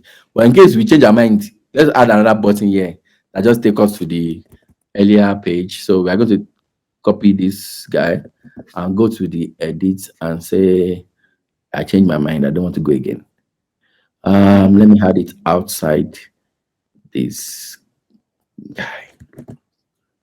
I will call it go back.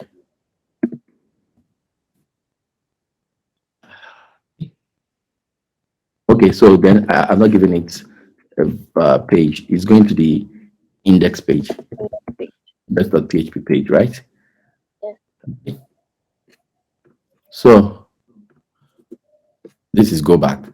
Come here, add new, go there, go back, come here. You are good, right? This is looking good. So then what we want to do is that once we enter the value, we don't want to click go back before it shows us. We just want to enter the value, click submit. It does everything and automatically go back. It's just a single line of code.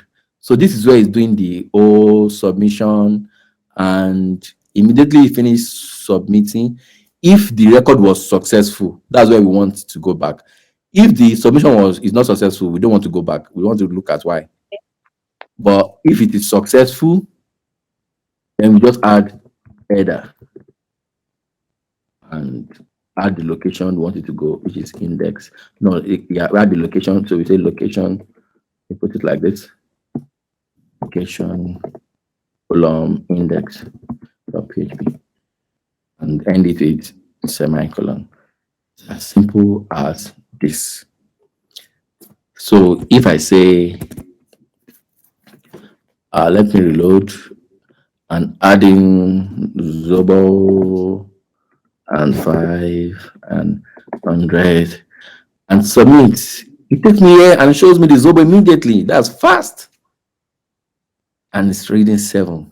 So you see how fast that can be. But I want to see record successful, right? Is that important? Yeah. I might not want to see it, but because I've already seen the record here already, so I don't need to go fancy on that one. So I think this still works. It works fine. Okay. What about if I now want to edit my data? That's edit and delete is actually the easiest. Delete is the easiest because it's easier to delete stuff than to create. Okay, so I'm going to be adding two buttons here that says edit and delete.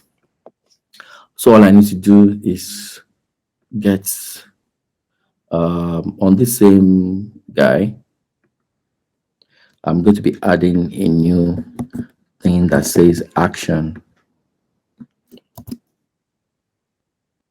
Yeah.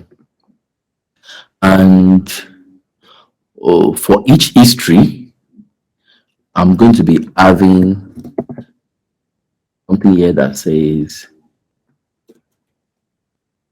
edit, and another one that says delete.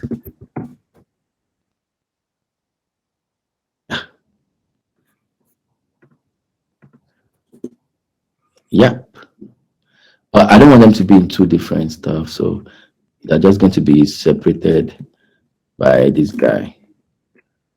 So yeah, you see how easy it is to build a software. So I'm going to be making these guys buttons. So instead of having them like this, let me split them into different lines. It's still the same thing. And I'm going to be having a button here and a button here to replace this guy. Where's that my new button? This guy looks like what I want to use. Yeah. So I'm going to do this and do this. And I will call this edit.php, and this guy doesn't need to go anywhere. I will deal with this guy later. So let's edit first. Button, yeah, info means light blue because it's edit, but delete is going to be danger. Right. Yeah. So in Bootstrap, I can use primary info warning. Warning is yellow, danger is red. Yeah. Right. So delete and edit. Edit. Yep. So, oops, something is wrong. I The think color has changed. it has edit.php in it. Huh? What did you say? I said, is it because it has edit.php in it? That was why it didn't work. No, it's because I'm using double quotation here. That's why it's not working. So I'm going to be replacing this double quotation with a single quote. Pam, pam, pam, pam, pam, pam, pam, pam, pam. Yep. You see they're all having the same color now. Yeah. So I have my buttons and I can click, click, click. But if I click this guy now, it just goes to the edit page. It's supposed to show me the data so I can edit and resubmit, right? Yes. So I'm going to be telling it which data I'm picking based on this ID. This is where the ID is now useful. This ID that I'm using here, this is where it's useful. So I'm telling it, go to edit, but let the ID be equals to the value of this ID. I'm going to be concatenating here.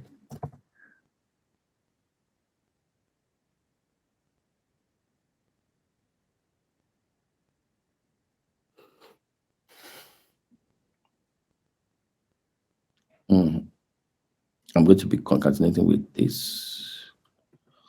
Yeah. Good. Then, should I create a delete? Let me create a delete.php. I've not created the page yet. I've just put it there and put the same kind of logic also. So you see, when we do get the other time from our form, you see that on our form it's showing something like this with question mark and showing the value of those stuff. So we are modeling that get request inside this guy. So notice what will appear this lower left of my page. If I over on edit, you can say that it's saying edit.php question mark ID1. When I go to second one, ID2. When I go to the sixth one, it's saying ID11 because that's actually the ID number. When I go to the seventh one, it's ID12. Like 12. Yes, 12 is the ID number. 7 is just what we counted so that this count can look good. But the major ID from our database is actually 12. You can see that from 5 it jumps to 11 and 12. That's the major ID because remember that we call ID our primary key. That's why it's showing this key when we are creating the database. And that ID is what we want to use to fetch. If you are editing anything, how will you know which of these guys is supposed to edit? We are telling it that go into the database, go and look for the one that the ID is maybe 2 or the ID is 3, then give me this data because I want to edit it. It's as simple as that. I say that a lot. So for now, if I click edit, nothing will still happen. If I click this, it will still not show me, but look at my browser. It's showing me that ID equals to 1. If I click on this 5, it's still showing me that ID equals to 5. So at least I'm passing something into my edit page for me to work with. Now, I just need to do something quickly and say, use that same select button and say, select where ID equals to 5 and populate the values. Populate it here for me. So I'm going to re-edit this page to have this guy, this select.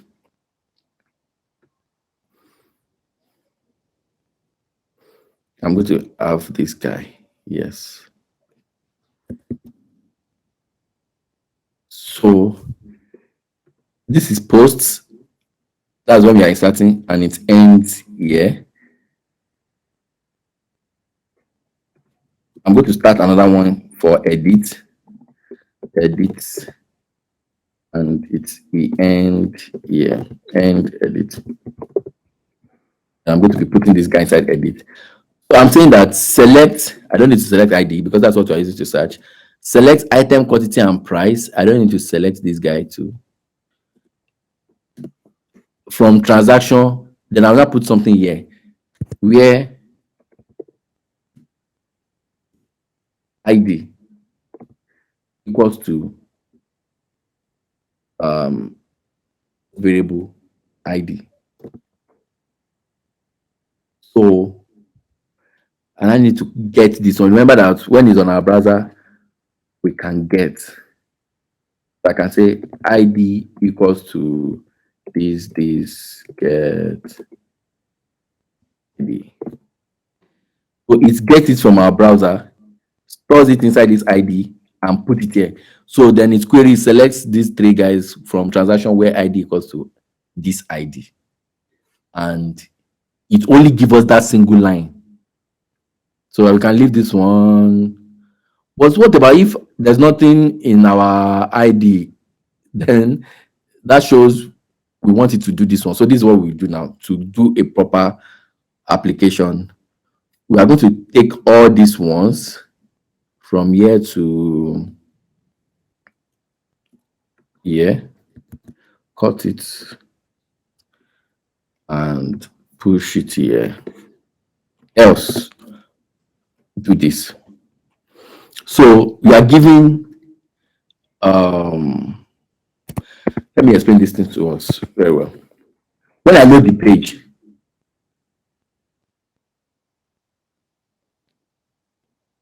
I'm coming. If starts from here, this starts from here, okay? If starts from if number of no. So I take this guy.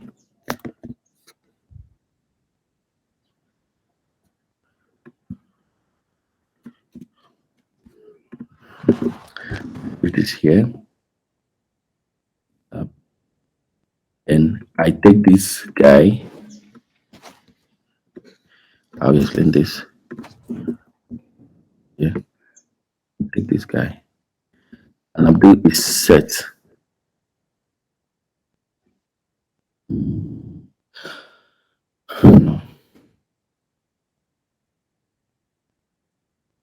Okay.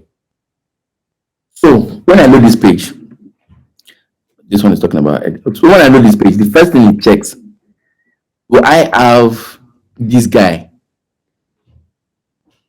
If I have that guy, that means if I can get ID. And what it's looking for is this ID, this particular ID. If there's something in ID, then store that variable, that particular number inside this variable. Perform this, that means select this on the line with the number that is here, which is number 5 in our case. After selecting the whole line, then populate it here. So we need to remove this guy. We don't need this guy. We don't need this. We don't need ID too. Populate those 3 things because we are selecting three stuffs. Populate them here. And once we populate them, then we have to change this to a form now. Or we probably don't even need this guy. And we don't need a while loop because we're only getting one data at a time. You only need a loop when you need to get multiple data. So what we're just doing is that fetch, and once you fetch, hold on, let me check. Yeah. So we do this and we put this in a separate stuff here. I'm making this a variable standing alone. So take the array, plug it in, and fetch all this stuff inside the variable. Then I'm going to pick this variable. I'm going to put it inside these values. So I'm going to put another guy here and call it value. Remember in HTML that you can preset your value. I don't know if you remember, but you should. PHP echo. I'm going to be putting the values inside here. I'm saying that this item has a value called item. I'm going to be putting for quantity and for price. Quantity and price. So I'm taking this form and populating it with the value up here. But let's assume that we are not doing get. Then there will be an error here. So do we understand this first? That I'm passing a value inside our URL, and we're using that value to fetch from the database, and then picking all the record in the database and dropping it in our form. So let's see how it behaves. We have 5 here. You can see that the value is there. What if I make this one 11? You can see that the drink is there. What if I make it 12? You can see that the Zobo is there. That's how it works. But we want to edit 5. Or let's say, what if there's nothing here? See that it's showing nothing. So that's the other part. So, but let's put this here. Because we want to edit this guy. We want to use the same form for edit and insert. So this only happens if it can sense that there's something in the URL. So this starts here and ends here. Then it populates this guy. Else, if there's nothing in the URL, then you can then check if I actually want to insert. Then perform the insert. If you are not performing insert, they just don't do anything, just ignore everything. So this is a proper way of thinking about it. What now happens is that because this one has been pre-inserted, I can change this guy to 20 and submit. Submit. Did it work? So it created another one. You can see that it created another one Mm. because we did not give it a condition to create or not. You know that there are values, and he went ahead to do insert. But what we want to actually do is update, not insert. So let us do something. Let us think about something. We should be able to know when it will insert a new value and when it will update. So let us introduce our ID. This ID guy. And put it in our form. But now the ID is going to be a sneaky guy. It will be so hidden, you won't know that it is there. Let me make a test first so that we can see that the ID is actually there. So it will be ID, and we don't need anything fancy. This guy will be ID, and we don't need this guy. We don't need anything like this. We don't need all these ones. It's going to be ID with value of this. Let's see if we can get the guy. Add new. Now let's do. So it's supposed to give us 5. It's supposed to put 5 here. So let's see why it's not putting the 5. So ID echo ID. We're not getting. I am not selecting ID here. We should select ID here. Yes. So that's 5. Yeah. So, but this guy now, we don't want our user to be editing this guy. So that's why we are going to hide it so that you don't know that it's there. So we are going to make it hidden. So when you look at the page, it looks like it's not there, but it's actually there. When you do inspect, I can actually fetch it out and see that the ID is there and it has value of 5. You can see now. So there are better ways to do this, but let's go with this for now.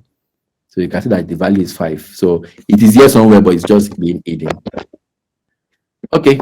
So what we now want to do is that when we are submitting, we are going to check if that value exists. You know that when we are submitting a new value, the ID will be empty. So if it is empty, we want you to create a new record. But if the value has something, that means whatever is here will be the value there. Then we want you to update. Do you get the logic? Yes. Yeah. You are getting everything since morning. Hope you are really getting it. Yes. All right. Although my Good. network is slow though, so I'm writing it down so that I'll be able to like get All it. right. That's good. That's good. That's good. So now this is where we need to perform that action, that if statement. So we need to do something before this guy. We should say something like if something, that means if I post, if it's set ID and post ID, that means the ID that I'm posting is greater than 0. That means it must be a number that starts from 1. Then I will ask you to update. Else, this one will be else. If it set ID and ID, so it will be else. And I'm going to take all this guy and put it inside this else statement. So if ID is being submitted and it has a value, ID will be submitted either ways, either it has value or not. So I'm saying if the value of ID is greater than 0, then you have to update because that means it exists. I just want to update it. But if the value is, if ID is not set and the value is not greater than 0, yes, then that's when it will perform insert. Make sense? Yes. Okay.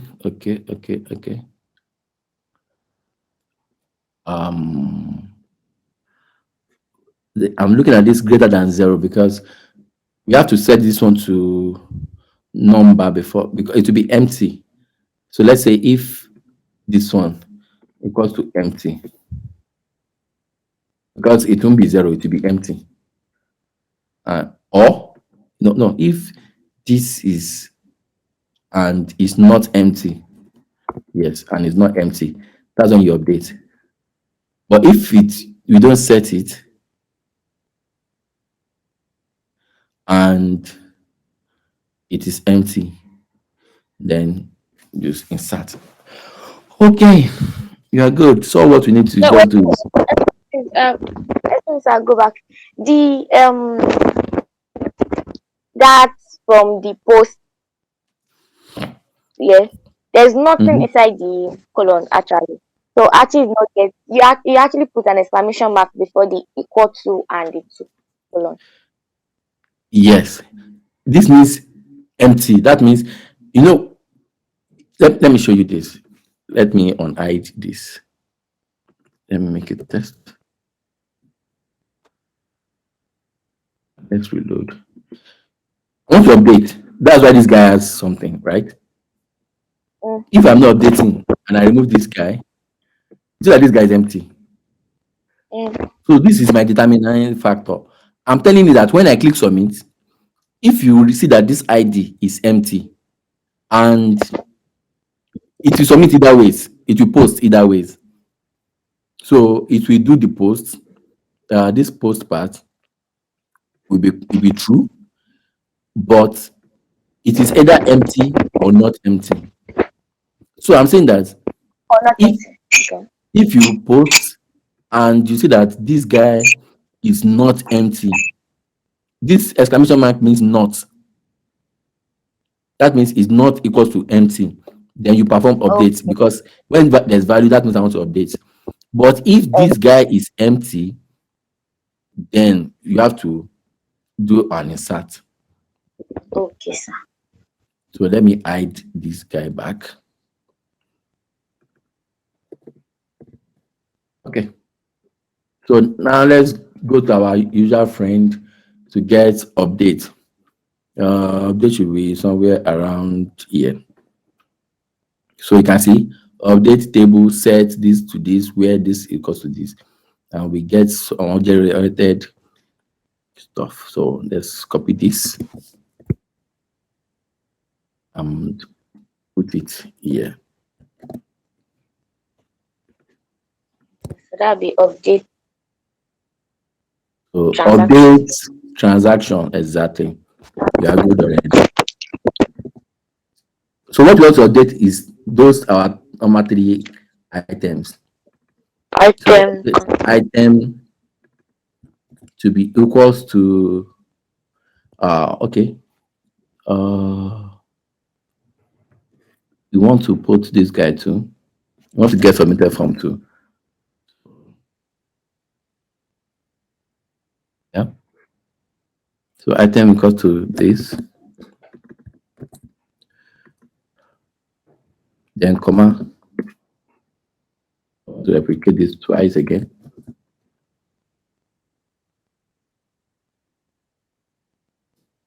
So then quantity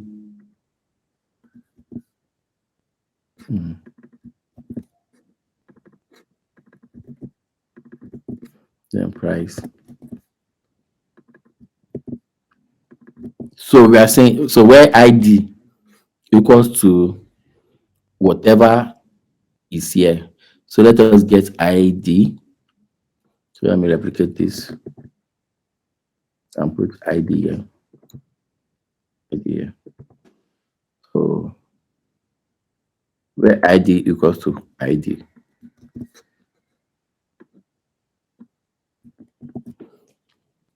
so that it will, because if we don't put this there, it will update for everything on our table. Everything will just be the same. People make, so it should, let me just put this as message. They should make this message this, else you say error updating. Yeah. So I think we are good. Let's test. Don't worry, when you watch the video and you look at the code, it is perfectly simple. So let's say this. So say the bread is not 2 again, it's now 3, and the 3. price is now 250 because of inflation. Then we submit. Then it says record updated successfully. Then let's go back to see if that actually works. You see now that it is 3 now and it is 250 now. Yes. Yes. So it perfectly works. Good. But when we submitted, it did not automatically come to our front page. We might want to do something about that by copying this guy and just pasting it. Immediately it is successful. So when we are now editing, let's say the first one, and we said we just want one, and this price is 100, submit. Yeah, we have this now. Yeah, this is good. But this is supposed to be total price. We are displaying dates on total price. We should fix that, and we should do the delete, and that will be the end for today's class. So let's quickly fix that by creating on the index page a new stuff that says this will be, what should we put here? Okay, this will carry the total price. Then let's give it a header here. Okay, total price and date transactions. Let me just put time. Okay, so we need to put something for total price. Total price. So how do you know total price? Total price will be the multiplication. You know, we did in our snippet, we did 2 times 4. You can easily do Yes. multiplication. We can easily do subtraction and a lot of stuff. So we are just going to do very simple stuff here. We can do it right from here and just export the, that will be better. So let's call a variable, let's call it total price. Total which will be equals to the price divided by the quantity, right? It's as simple as that. Then just come here and show the total price. Then refresh. It should come before the other one. So total price should come here after price total. Then let's go here after price, total price before time. Yeah. So let's refresh. Yeah. So we see we have 10 times 500. This one's 4,000. So it shows us the total price immediately. And just by multiplying this by this and exporting it to this. But we also want to have the additional of what you have made in a day. Maybe you want it displayed somewhere up or somewhere here. So everything we have made in a day is just the addition of all these guys. Okay, so we just need to keep adding total price together every time. So we are going to do it in this while loop. So once it takes this, puts it in total price, then we need another one that call it, we call it what? We call it, how do they call it? How much you have made in a day? Revenue. Revenue equals to. So now, remember concatenation. I had to add one dot here to add. Yes. Let me show you how it works in real life. So let's say I add dot here. No, it will not add. It will just keep on merging itself. If I pick this revenue and come and display it on top of this table, let me display it somewhere in between these guys and say revenue Revenue. up to So I have to put this guy inside PHP, do PHP echo this guy. So if I do this, you see, it just keep concatenating 100, 400, 400, 400. It's not adding. So these are these lines. These are the work. They just keep adding themselves, concatenating themselves. But if you want to add, you are going to change this full stop to plus sign. So it keeps taking this total, add it to revenue, pick another total, add it to revenue. But we need to initialize our revenue as 0. Yeah. So that means at the beginning, before we start adding stuff, the first value for revenue is 0. So it comes here, add this 100 to 0, this revenue become 100. The while loop go back, add another 100 to 100, 300, goes back. So it keeps adding to this revenue. So you see that we have made 11,555. But this look like ordinary string. We need to make it something that looks like money. So let's do a format. We format it like currency. So there is a format. Do I remember? Okay, let's just search. It means Naira sign and format. PHP currency format. So it's actually this.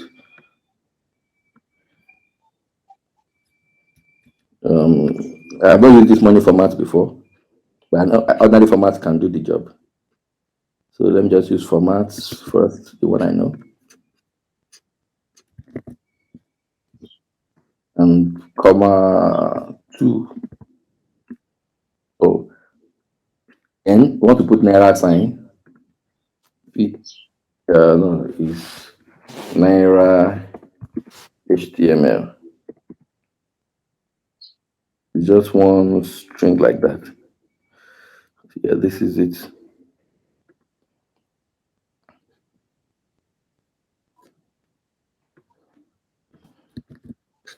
So we just add that to this place. You know it is string, so we have to concatenate and put it here. And I think space.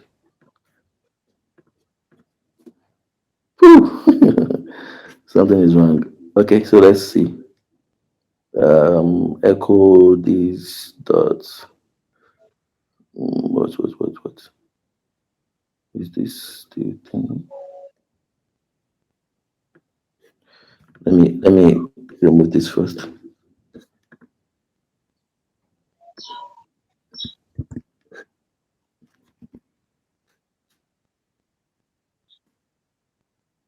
It's not the issue.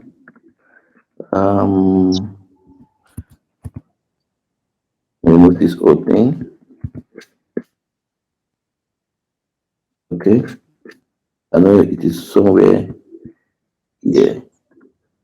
Let me do money underscore format. Okay, it's not taking it. If I remove this,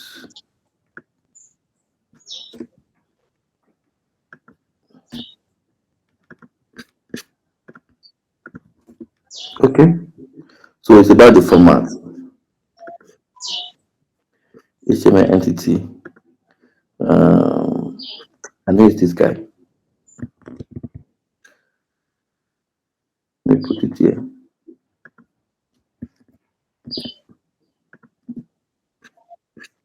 But it's showing Naira already, though now. Oh, it's showing Naira already. Sorry. Yes. Not not Naira. It's okay. Number format PHP. Yeah, this is the guy. Number format. I was looking at something else. It's number format. So we are going to put number format, comma, significance. Okay. So let's do number format, comma 2.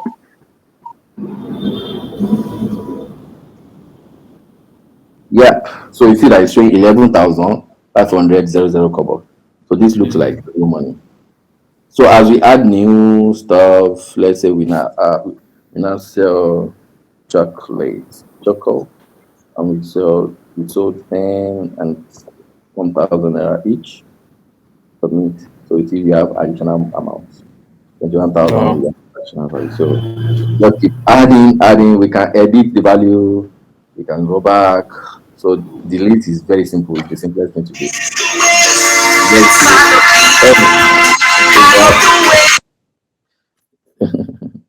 So just do PHP MySQL delete. Arbitrary school. We only need a single line. So we are going to put the line on a particular page. Let's take this. Let's take this. So I'm going to create a delete page. That page doesn't do anything apart from just deleting. So call it delete.php. And I put this. Then I put this guy. Then I say the stuff will look like this. So let me copy this guy and put. So I would say delete from transaction where ID equals to ID. So where does it get the ID from? The same way we got the ID here. We could just say if whatever. So we copy and put here, and we close this if. So we say if we set ID, and let us use get here because it's going to be on the URL. So if you get ID on the URL and the ID is not empty, fetch that ID, put it in this variable. This is going to be get. Put in this variable, then delete transaction where that ID equals to the ID, and redirect me back to that home page. Where are we redirecting? Where is it? Header. Redirect me back to the home page. It's as simple as this. No complexities. So let's go to this page. Let's delete number 3. So after deleting number 3, we should have 8 here. You see that this stuff will be so fast. It will go and come back. It will be so fast. Come on. Okay, delete. It's not clicking.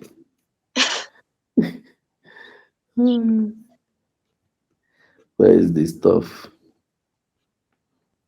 Okay, so delete.php button. Yeah, delete. So let me refresh this page.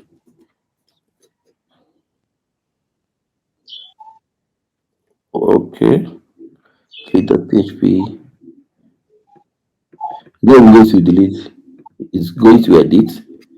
So why is it not going to delete? Is the spelling correct?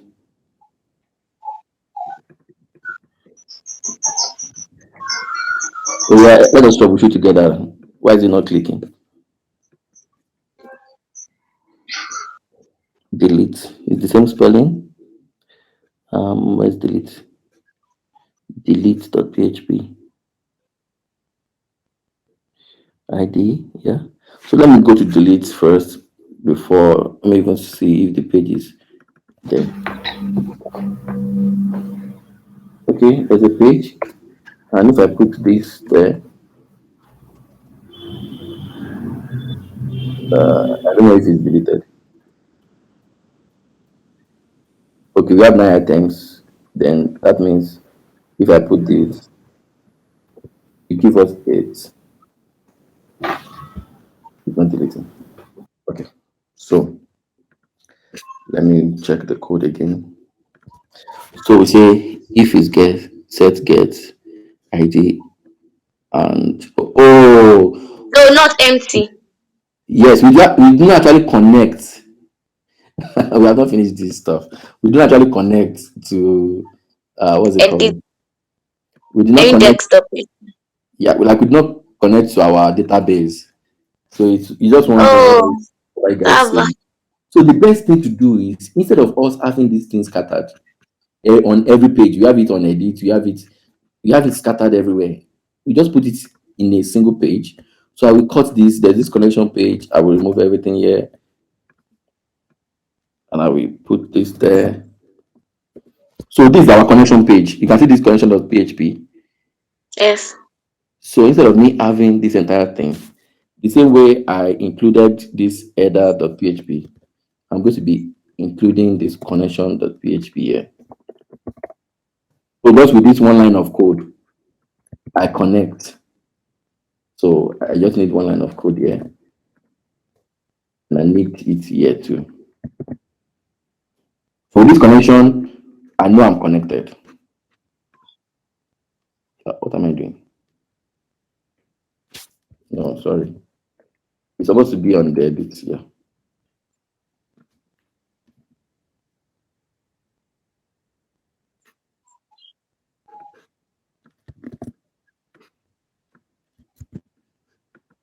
Yeah. So this part that I'm using to connect is on delete, is on edit, just with this one line of code is there. So I can reuse it over and over again. I don't need to be writing it over and over. So once I perform that delete, then I need to run the SQL the same way I did here. That whenever I perform anything, maybe after this, I need to run this guy. So delete. If this is true, that's when it should run. I would say if this is true, then it should header into this page. This is how it should look. This one starts from here and ends here. And this one starts from here and ends here. Do you understand it now? So I'm connecting to the database from here. I'm searching if the ID is there. Then if the ID is there, you should store it inside this ID. Then it should delete the transaction for this ID alone. If I don't put this guy there, it will delete everything in the database. So let's always remember. Then I'm saying if it has successfully run this query. But if the ID is not there, so you are clicking on a particular delete on a particular item. So why should it delete every other all the It information? Why will should it because delete everything? it doesn't know what you clicked. What you click is actually to get this ID out. But even if you click it and you don't use it, it will still see this delete transaction and it will delete the old transaction. It's when you tell it that I have clicked this thing and I've supplied you this information. So use this information to narrow down what you are deleting. That's when it will now say, okay, I'm deleting this one. I've lost data on this mistake before, and it is very vital data for a large organization like that, just by not putting this guy. So let's be careful. I thought So you said that nothing is actually deleted. Even if you delete it, you can still get it back. yes, I will show you how to do that one now. For this one, it's just delete. Don't ever use this delete. That's what I will tell you. I'm teaching you, but don't use it. I will show you a better way. So that'll be the last one we do. So if I come here and I go to this third one, now we have 9. So once I click it, we're supposed to have 8. Boom. No, sorry, I clicked edit. You click edit. Yeah. Okay. So take me back. Come on. Actually, it has deleted, but it decided not to. Still 9. What happened? Yeah, let's look at it together. 2, 4, 6, 8, 9. Why is it not deleting this number 3? Let's look at the code again. Connect, yeah, true. Double, triple true. Query SQL connection. query SQL connection, delete transaction where ID, delete from. Oh, I know you put from. Sorry.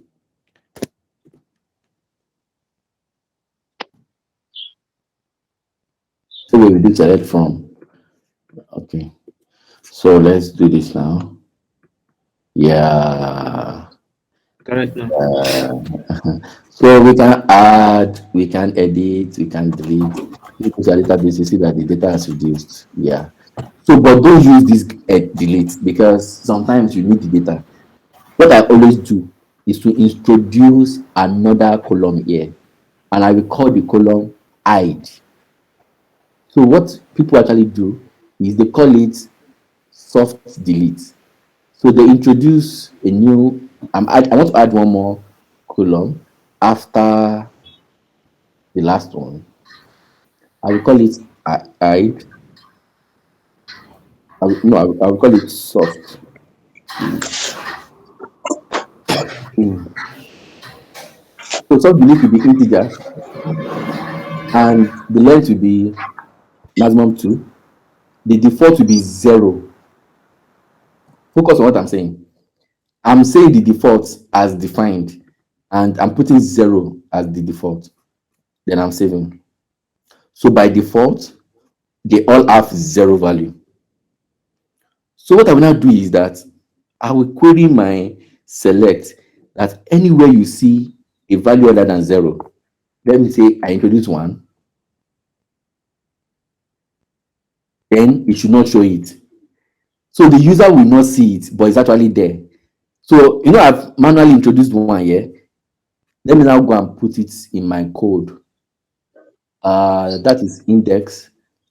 Here I told you that select this from transaction. That was all. But now I'm not going to say where soft delete is equals to 0. Let me put it in a. So it only gives me the one that are zeros. Do you understand? No. Okay, this is what I did. I introduced a column and called the name soft delete. You can put it anywhere. You can call it anything you like. I want to make a decision that when I show this page, in case I delete, so I click delete, my user click delete, it should update this value to 1. By default, Okay. anytime you create anything, it will create that record and the value will be 0 by default.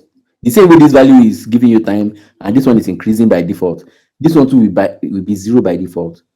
But when I'm showing it now, I'm not telling it that it should only show those ones that the values here are 0.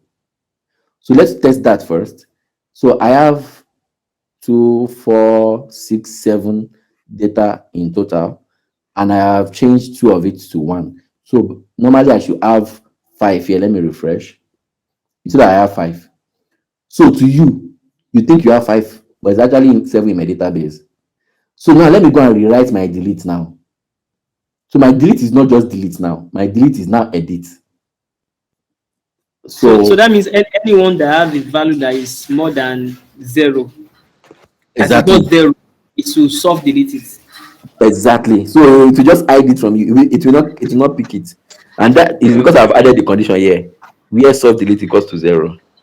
Okay.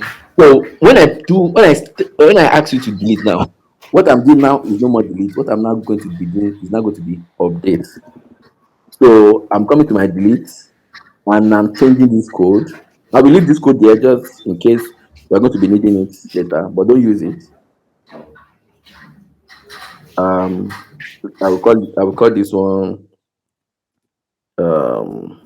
real delete, and I will call this one soft delete. So I will now say update transaction, set soft delete. You know what it's supposed to do is delete actually, but I'm telling you set soft delete to be equals to 1, where ID equals to ID. Do you understand the logic? Hello? I'm still Yes. processing it. So instead of me saying delete from transaction, where ID equals to any ID that I push, I'm saying no, don't delete. Go to my database and update this soft delete to 1. I know that by the time I come back to this front, it will only populate the ones that the soft delete on my database is 0. So once I update this one to 1, it will no more show it on my front end. It will not pick it up. So let's test it. If I refresh now and say I want to delete this Zobo, no, let me delete one bread. So for me, I actually want to delete bread. This number 2 bread. Note it is 200, it is 400 in total. So if I click delete, you see that it's no more showing. But if I come to database and refresh my database, you can see that all it did was just update this of Just delete put to 1. one. Okay, okay. So in this way, you don't lose record. And this is what all these social media guys, this is what they do. If you are young and you are posting nude pictures, rubbish posts online, the day you are going for a political a political position, somebody will go into this database, give them money, They will not bring it out. they will bring it out for you. That's why it's not everything we push on every platform, because 95% of this platform, 99% don't delete your data. They have it with them. No matter what you do, they have it with them. The data is money. So nobody actually deletes. People just hide from you. So you think, I've deleted everything. Thank God I've deleted everything. But it's there. Just don't offend the engineers. The day you offend the engineers, they will search it out for you. So that's how this works. So finally, we have done create, we have done read, we have done Read, update, we done have done delete, and we have even done delete. soft delete. So we actually did crudes, not just crude. We did crudes, and this is what you all you need to build any application. You want to build a blog? What you need in a blog is interface for the blog, and for you to be able to type something inside the form, submit, it goes into the database. Then you have an interface that push all the things that you have typed over the days out for you, and you have different user. You can put login, all those stuff. So this is going to be the final thing about everything we are doing. So by next week, all we'll be doing is just how to log in. Let's say we want to create a login for, let's say this is a real application that we are using for a real business, and you don't want everybody to just access it. You want to create login and you want to push it online. So next week, let's itemize this, and please remind me next week. We are going to be creating login, how you can log So in you and said that you want to teach us double input. That should no, no, remind you. no. That double impute. So this is what we do for double impute. So it's very simple. You can take that as your assignment. So what you will do Okay. for double impute is when you want to add anything, it first of all check in your code when you are doing insert. Let's do insert. Yeah. So this is where you are doing insert. Before you run this insert, you know you already have the data you want to insert, right? It Yes. now it now takes this data, then you do a select. This select, right? You will do select this from transaction where item equals to the value of this item, quantity is equal to the value of this quantity, price is equal to the value of this price. If it is true, that means if you would use this if now, if it is true, then message will be record already exists. If it is not true, then that's when you now do this insert. So it's just a matter of if statement. Pick the data, do the select under this place. I'll just write the algorithm here so that you can easily do it. I will not do it for you here. And I think everyone should do it. It's a very vital stuff. So after this of online 45, you will say if is data. Exist. No. You select, you do select query, select query for data. Oh. So the data above are these ones: item, quantity, price, right? Yes. So you just do select from transaction where item equals to this, quantity is equal to this, price is equal to this. Then you now do if true. If this is true, it will display error message. But if it is not true, then that's when this line will now come. If it is not true, do you understand? So select, then check if the query is true.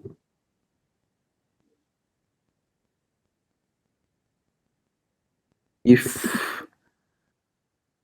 true, then message